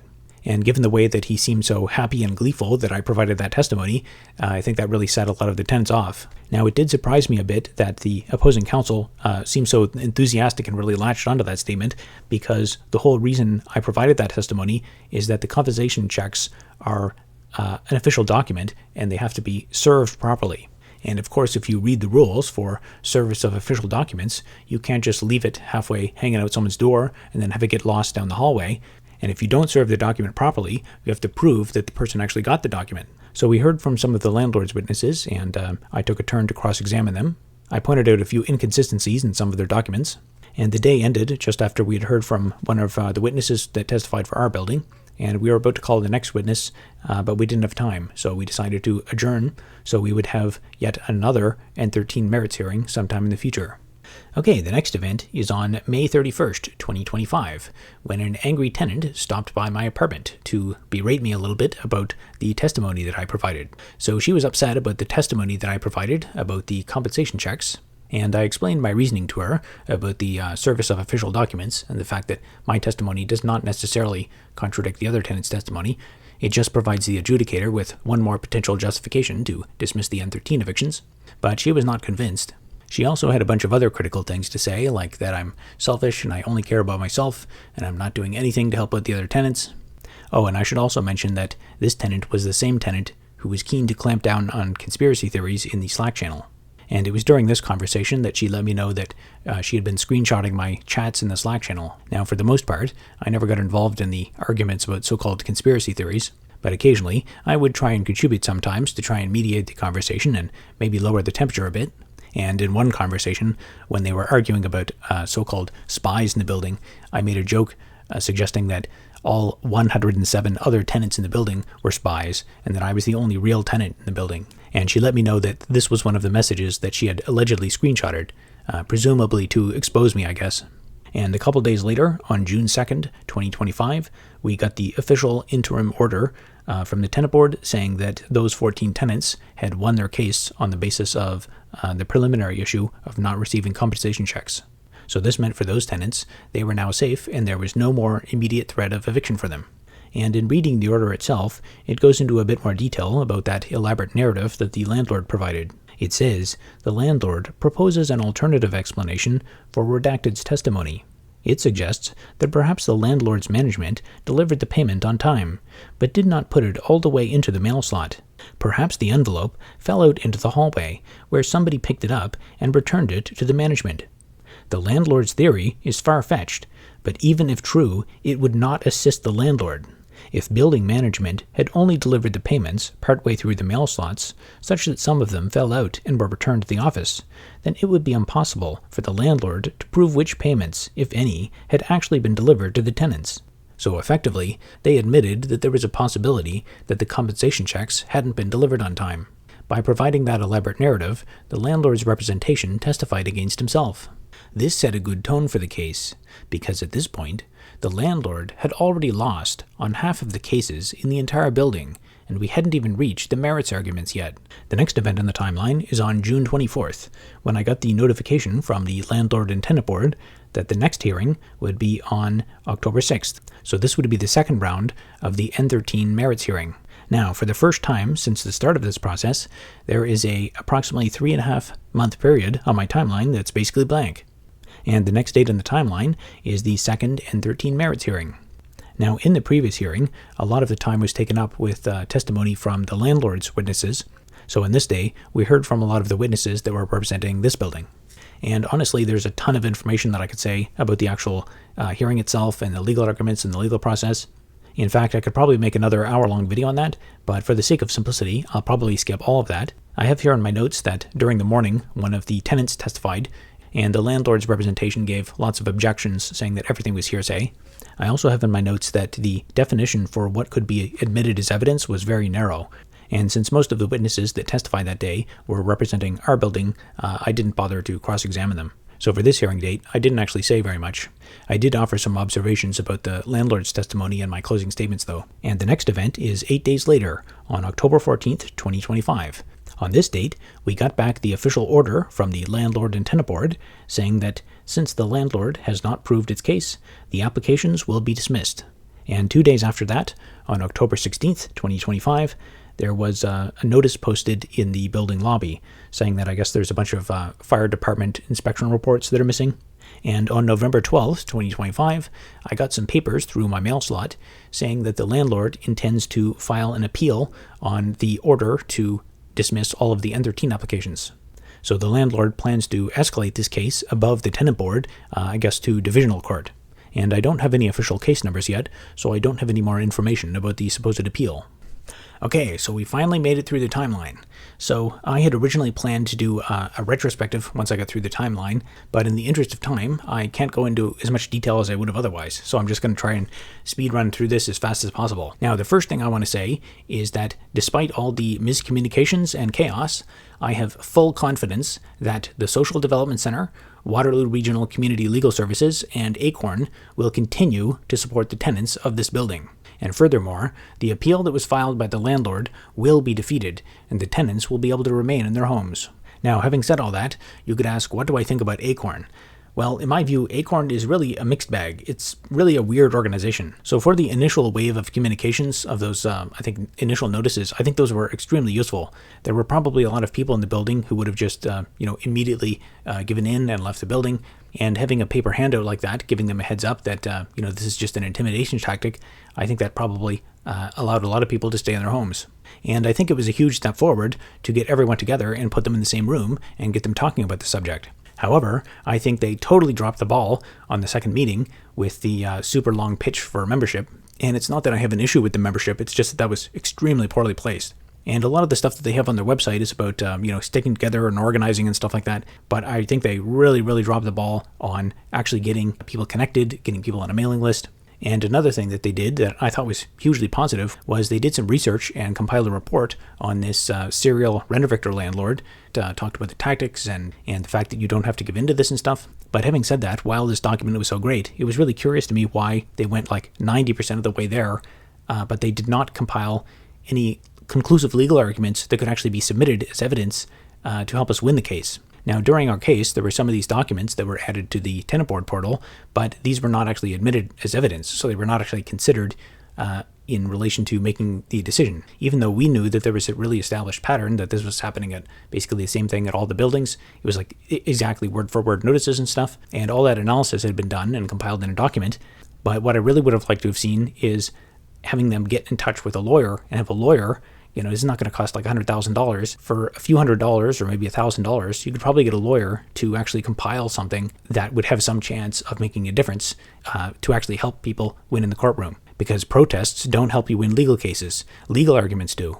And in a way, whether it's deliberate or purely just accidental, they almost effectively act like a controlled opposition because they come in, they say, hey, we're going to save you. But then later, just as we started getting some momentum, they really seem to drop the ball on stuff. Now, honestly, it's impossible to say what would have happened if those people hadn't come around and handed out those flyers. But I do suspect that probably a few of the older tenants probably would have gathered together and started to get organized. And if they had have gotten together and put together a few $1,000s to actually hire a lawyer and do a professional legal case, I think that the outcome would have been much less stressful on everyone. Another thing that I thought was kind of odd was they organized a protest apparently at this Michael Klein guy's house. Now I can see that they were trying to create some publicity for this situation, but going to the landlord's house and protesting, that doesn't help us at the legal case. If we go to our hearing and say that we held a protest at this guy's house, the tenant board might just say, well, you're kind of harassing the guy. And a lot of the activism consisted of stuff like handing out leaflets in the neighborhood to people who live in houses. And even though some of those people might actually sympathize with us, there's really not that much that they can do about our situation. And the way that this organization is pitched is as though it's a grassroots community organization. But the fact that I got these private number of calls from Ottawa, it doesn't really have a grassroots feel to it. If it was someone in the local community or someone in the building who reached out and said, hey, come to this meeting, that'd be more convincing. Now, there was a time when I thought maybe I should get more involved with this ACORN, and I can try and help them out. I can help them out with some the legal research and stuff and document searches. And so I thought about getting involved with ACORN by, first interacting with people at the meetings who were in ACORN. But everyone who I talked to who was in ACORN had a bad experience and was no longer working with them anymore. and I never really got to hear the details, so I don't exactly know what happened. I think a lot of other people had the same idea that I did. They started working with someone, and then maybe they got some bad information or something like with the protest where they said there's going to be a protest, and they changed it to the last minute. And as I mentioned, I was able to eventually get onto their mailing list, and a lot of the emails are kind of off-puttingly political. Not necessarily that I disagree with the politics, but for some reason a lot of the emails seem to have a fixation on Doug Ford, and of course the issue that I'm facing is related to housing, but ACORN also does advocation for a whole bunch of other things. So I think there was one email that I saw where they wanted to protest something like insufficient fees for the bank. And they also do a bunch of advocacy for things like universal basic income. And now I think universal basic income, that would be nice to have, but personally I don't really think that's a viable economic thing. And personally I think a lot of the optics of their advocacy is very self-defeating. When you're trying to advocate for stuff like this, you have to be very cautious of the way you come across. Now, a perfect example of this is this clip that I saw, which was, I don't know if that was in the legislature or something, but anyway, it's this guy apparently from ACORN who was just being obnoxious, and then Doug Ford is there telling him to get a job.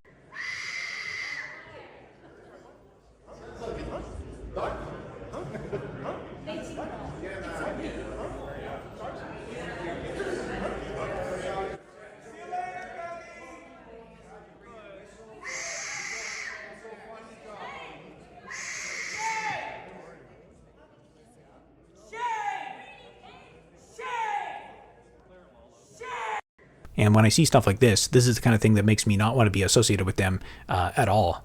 And the other thing that's really off-putting is this kind of militant language they're always using, that they're going to mobilize, and people at meetings would talk about, like, we're going to strike back. And once again, I think just very poor optics. Now, given everything I've said, you might ask, why would anyone join ACORN at all? Well, on the day of that protest we did, the whole March to City Hall protest, where we were going to demand a bylaw, that was a fairly depressive mood on that day. I had just gotten my eviction notice a few days before, and I've been in some pretty high places in my life. I met Jensen Huang, the CEO and founder of NVIDIA, and during that period of my life, I was feeling really on top of the world. And here I am now. It's 10 years later. I'm totally broke. I got no money. I just got an eviction notice a few days ago. I'm here with all these, disabled elderly people and stuff. And in that moment of extreme weakness, who is the person that actually comes to support you? It wasn't Jensen, it wasn't Elon Musk, it wasn't some capitalist in a business suit. It was a red-haired woman who looked like she was from a punk rock band. She came with a COVID mask in the middle of summer, and one of the first things that she did was she scolded me for apparently misgendering someone. Now, to this day, I'm still not exactly sure who I misgendered, but I do know that the symbolism of that, I think, is very powerful, because in a situation like that where there's nobody supporting you, and then ACORN shows up, the choice is clear. There's simply no other option. And I think that's a point that's really worth stressing. If you look back at that video of the guy yelling in Parliament to Doug Ford, and people are telling him, get a job, it's easy to look at those people and say, oh, these are just a bunch of welfare bums. And there probably are some welfare bums there, but there's also a lot of just old grandmas and, elderly people who maybe had a stroke. And you could say that some of these people are probably not the sharpest tool in the shed, but a lot of these people are just ordinary poor people with no one to support them. And I don't think it's necessary for your grandma to be a rocket scientist. At the online ACORN meeting that I attended, I recall hearing from an elderly man who was in tears after having received his N13 eviction notice. He was completely beside himself, wondering how he was going to take care of his elderly bedridden wife. He said that the pending eviction notice was the only thing that he thought about all day long, every single day, and he had no idea what he was going to do about it. It was clear during this call that the online ACORN meetings were the only lifeline that some of these people had. So it makes sense why people would cling to the only sense of community that they have. Okay, let me try to speed this up or I'll never get through this. So the next thing I wanted to mention was, so we spent a lot of time advocating for a bylaw. Now, personally, I don't really understand why we spend so much time advocating for a bylaw. The city seemed to be of the opinion is that this should be solved at the tenant board, and it's not their jurisdiction. And in my opinion, that does kind of make sense. Because if we can win this at the tenant board, then we can set a precedent for the entire jurisdiction of Ontario. But at the same time, the city can also help out in being more rigorous in the permit issuance process. And throughout this process, there were some news articles that were written about this proposed bylaw, and honestly, a lot of them seem like they were written just to kind of discredit or undermine us. So one of these articles has a piece of text here that says, the implementation of a renoviction bylaw will take time. City staff will begin the process of hiring a consultant who will aid in the creation of the bylaw at a cost of approximately $150,000. If you want to hire a consultant who's an expert on renovictions, hire me. I'll charge you $1. Here's my advice for you. This is all you need to prevent renovictions. Oh, and the other thing ACORN did was they had a few strange demands, like they were asking for a landlord registry to keep track of landlords, but technically that already exists. It's called the land register. And there's a process you can use to request a land register, and I do believe there's some people at ACORN who knew about how to do that, but and the other criticism that people have when they see these protests that ACORN organizes is people will say, oh, clearly these people are welfare bums, because if they were at work, they would not be here protesting during the day. But as I mentioned earlier in the story, there was one of the people who wanted to come to the protest and he couldn't because he has a full-time job. And he's not the only person that I talked to who was in that exact same situation, because I met another woman in this building. I said, did you go to the protest? And she said, I wanted to, but I couldn't because I have to work. And of course, their explanation for that was because apparently if they don't protest during work hours, the media won't show up. And personally, over time, it almost looked like there was a concerted effort to kind of make these people seem a bit more pathetic than they really were. If someone wanted to present something in a way that had really poor optics, they would let that person do it. But then if someone else had some good ideas that made a bit more sense, that person was kind of pushed to the side. Now, whether that was deliberate or organic, I'm not sure. And that leads to another thing that I saw with this organization and a lot of these other activist organizations is an association with a particular flag of a foreign country. And if you look into a lot of the different organizations on the tenant and landlord side, you will find frequently very strong associations with two particular foreign flags. And I think you know which two foreign flags I'm talking about. Now, I don't have any particularly strong feelings about these flags, and I really hope that these two countries can resolve their differences and get along well together. But the bigger picture here is that it is becoming increasingly difficult in Canada to advocate for your own rights without somehow becoming attached to one side or the other of this foreign conflict. The core issue is that when people see you standing beside one or the other of these foreign flags, people will say, how could you support that flag? I won't take you seriously anymore. But I'm just trying to mind my own business and live in my apartment. Now, one of the other things that I started wondering is where does ACORN actually get funding from? So at a low level, clearly they don't have a lot of resources because they were, asking this room full of poor people for like $50 a month or something. But clearly they have a lot of infrastructure. They're like an international organization. They have like chapters in Peru and basically every country in the world. So clearly there's a lot of money coming from somewhere. And so, of course, I Googled for who funds ACORN. And on the first page of Google, I found a reference to this organization called the McConnell Foundation, which is some really old foundation that does a bunch of charity. And I saw that this organization had given a few $100,000 to ACORN.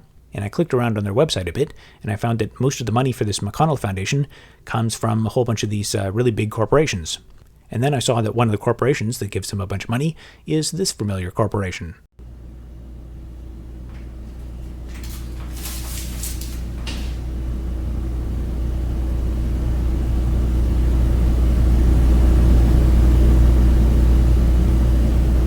And then, of course, that led me down a rabbit hole of seeing what other organizations this McConnell Foundation gives money to. And personally, I don't have time to look into this at all, but in my opinion, this would be a really great thing for investigative journalism, because if you follow through the information on their website, according to them, there are hundreds of millions of dollars that are going to all these hundreds and hundreds of organizations. Now, don't get me wrong, you'll frequently see like a big bank or something give, $10,000 to a cancer charity or whatever, and that seems like a nice organic thing. But if you dig into this a bit, the amount of money that's going into these organizations is absolutely insane. And I honestly have a difficult time figuring out what all these organizations are doing with all this money, because they're just like a word salad nonsense about like climate action, equity, justice, housing, acceleration. So moving on, who is Michael Klein? So the first thing that I should say about Michael Klein is that there are like 5 different people who are all named Michael Klein who are involved in commercial real estate. And in fact, there's another guy, even right in the Kitchener-Waterloo area, who is also involved in real estate, who is also called Michael Klein, and that is not the same Michael Klein. The Michael Klein who owns my building first started showing up in news articles based on his activities in 2015. So apparently back then we were trying to settle some refugees from Syria, and some of these Syrian refugees ended up in a building of his, And then he ended up suing these Syrian refugees because I guess there was a contract dispute where they signed a contract to lease the apartment, but it was full of bedbugs, so they didn't want to live there. Now, in terms of the corporate structure of his building, here is a diagram showing the corporate structure of this building specifically. And this diagram is actually incomplete because above the redacted shell company, there's a couple more companies. So during the LTB hearing, we found out that it's family properties that's above that redacted shell company. And I think possibly above that or adjacent to that is some of his other shell corporations. And they go by a bunch of different names. One is called Diamond International Management, and that was formerly called Diamond Shoe, Diamond Footwear. And if you want to find out more about him and his history, I would strongly recommend this very good piece of investigative journalism. So in this article, they dug into a lot of his previous behavior and strange business dealings, things like just abandoning leases and not telling anyone, and people chasing him around in court for bad business dealings. And during our interactions with the city, one of the justifications they had about why they couldn't really do anything about our situation was they couldn't find this landlord. But having said that, I think that within the world of multifamily, residential, commercial real estate financing in Ontario, I think this guy is actually pretty well known, because in 2015, he did this fairly detailed interview with First National Bank. So it seems like someone there knows him very well. But you wouldn't know that because for some reason, they deleted that article. Oh, and something else that I forgot to mention is that when I set up that website to get information out to tenants, I expected that I would get maybe messages from tenants, but what I didn't expect was I started getting messages from tenants in other buildings that are owned by this landlord. And those tenants also started sending me lots of interesting information. Now, one of those tenants suggested to me that they thought that Michael Klein might actually be Russian, but based on my research, I didn't find any connections to Russia. In fact, I found substantial personal and business connections to the North York area, although I do believe that he has a business associate with connections to Moldova. I also heard from someone in another building who said that he also has connections to Florida, although I haven't personally confirmed this. Now, you might be wondering, when someone who works for your landlord makes statements like this, aren't you afraid of speaking up and facing retaliation? Personally, I'm actually a little bit more afraid of potential retaliation from all of the different social justice activist organizations that are associated with this situation. Earlier on in this process, when I was looking for news updates about what was going on in other Michael Klein buildings, I came across an Instagram post that was talking about Michael Klein. The Instagram post was from an organization called Climate Justice Toronto, so of course, I took a look at their website. The website seems to make a lot of connections between climate change and housing affordability. At the top of their website, they describe their vision for fighting climate change, which includes working to fight white supremacy and defunding the police. For some reason, a lot of these social justice organizations have a fixation on the police. What does the police have to do with climate change? And this is not just an isolated example. When we first won our legal case, the Social Development Center posted an Instagram post to celebrate this fact. One of the commenters on this post was a page called Fight Back KW. This is yet another one of these organizations that talks a lot about social justice. But they also have a bunch of things on this page criticizing members of the police force and individuals in the local community. Now, I don't know who any of these people are, and maybe there are some legitimate grievances there. But when I see stuff like this makes me think that maybe it's time to leave Kitchener permanently. Now, when it comes to the Social Development Center, I should stress that there absolutely were things that they did that I thought were very positive. And when I say that, I include the person who told me not to email them anymore. At the first few meetings, I was very impressed with her willingness to help people, but over time, a lot of this unconditional support started to lack detail and action. At times, it almost resembled campaign speeches. During one of our tenant meetings at the Civic Hub, I recall being told that we should think about our privilege. Now, I would agree, there probably are some people in our government who make six figures and spend all day watching Netflix, and those people probably should think about their privilege. But to be honest, I don't think that the old man who wrote this note needs to think about his privilege.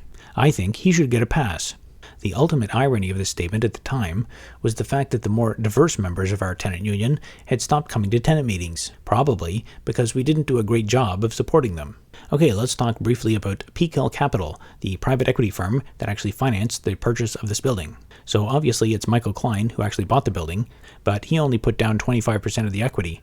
The other 75% was done on finance. And it says here in their investor report that they do socially responsible investing. So it says here, they consider the impact of things like whether the business model requires removal of low-rent tenants, and they also included this wonderful diagram to illustrate the impact assessment of their investments. They don't really explain the diagram, but using my mathematical intuition, it looks like they're trying to illustrate that they'll do anything as long as it makes enough money. And to maximize their social impact, they also do a lot of good things with that money and contribute to a large number of local charities. Okay, next I wanted to say a couple things about Waterloo Regional Community Legal Services. So I can't really criticize them because we're not paying them anything and they have a limited amount of resources to support a lot of people. But reading between the lines, I suspect, but cannot confirm, that there may have been some disagreements or miscommunications between these community organizations and the Free Legal Service. But obviously, I'm not a party to those interactions. Okay, so I've criticized a lot of things in this video, but I had a few experiences that left me with a surprisingly positive impression. The first is fire department incident reports. I had very low expectations when I first filed those Freedom of Information requests to see what was in the fire department incident report, but I was very pleasantly surprised. So if you're a firefighter writing incident reports and you think that no one reads them, know that there's at least one person out there who appreciates them. And the next thing that I have positive things to say about is the Freedom of Information request process. Now, it is kind of a tedious process, and I think that's actually kind of a good thing.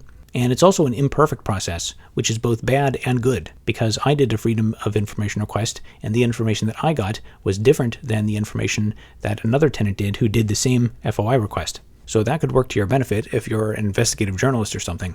And I also have good things to say about the adjudicator that we had at the tenant board. People tend to complain a lot and say stuff like, the legal process is corrupt and whatever. But my experience at the tenant board actually restored a bit of my faith in the system, but I still think we have a lot of really massive problems in basically everything around the system, as you've seen in this video. And there were a couple local politicians who advocated for us and actually talked about us in the legislature, and I think that really helped legitimize our case. This is the mail slot to my apartment. Over the past 2 years, I would estimate that I've looked at this mail slot about 4,000 times. Whenever I walk by the door in my apartment, I always check to see if there are any new court notices, general inspections, or other communications that require me to take urgent action. Whenever I go to bed at night, I always wonder if we are going to have another fire in the building, or if my power will get cut off, or if the homeless people who sometimes hang out in the stairwell will cause trouble at night. The government has made it clear that they want to build a nation of renters instead of homeowners. But if this is what the future of renting looks like, then maybe getting evicted isn't so bad after all.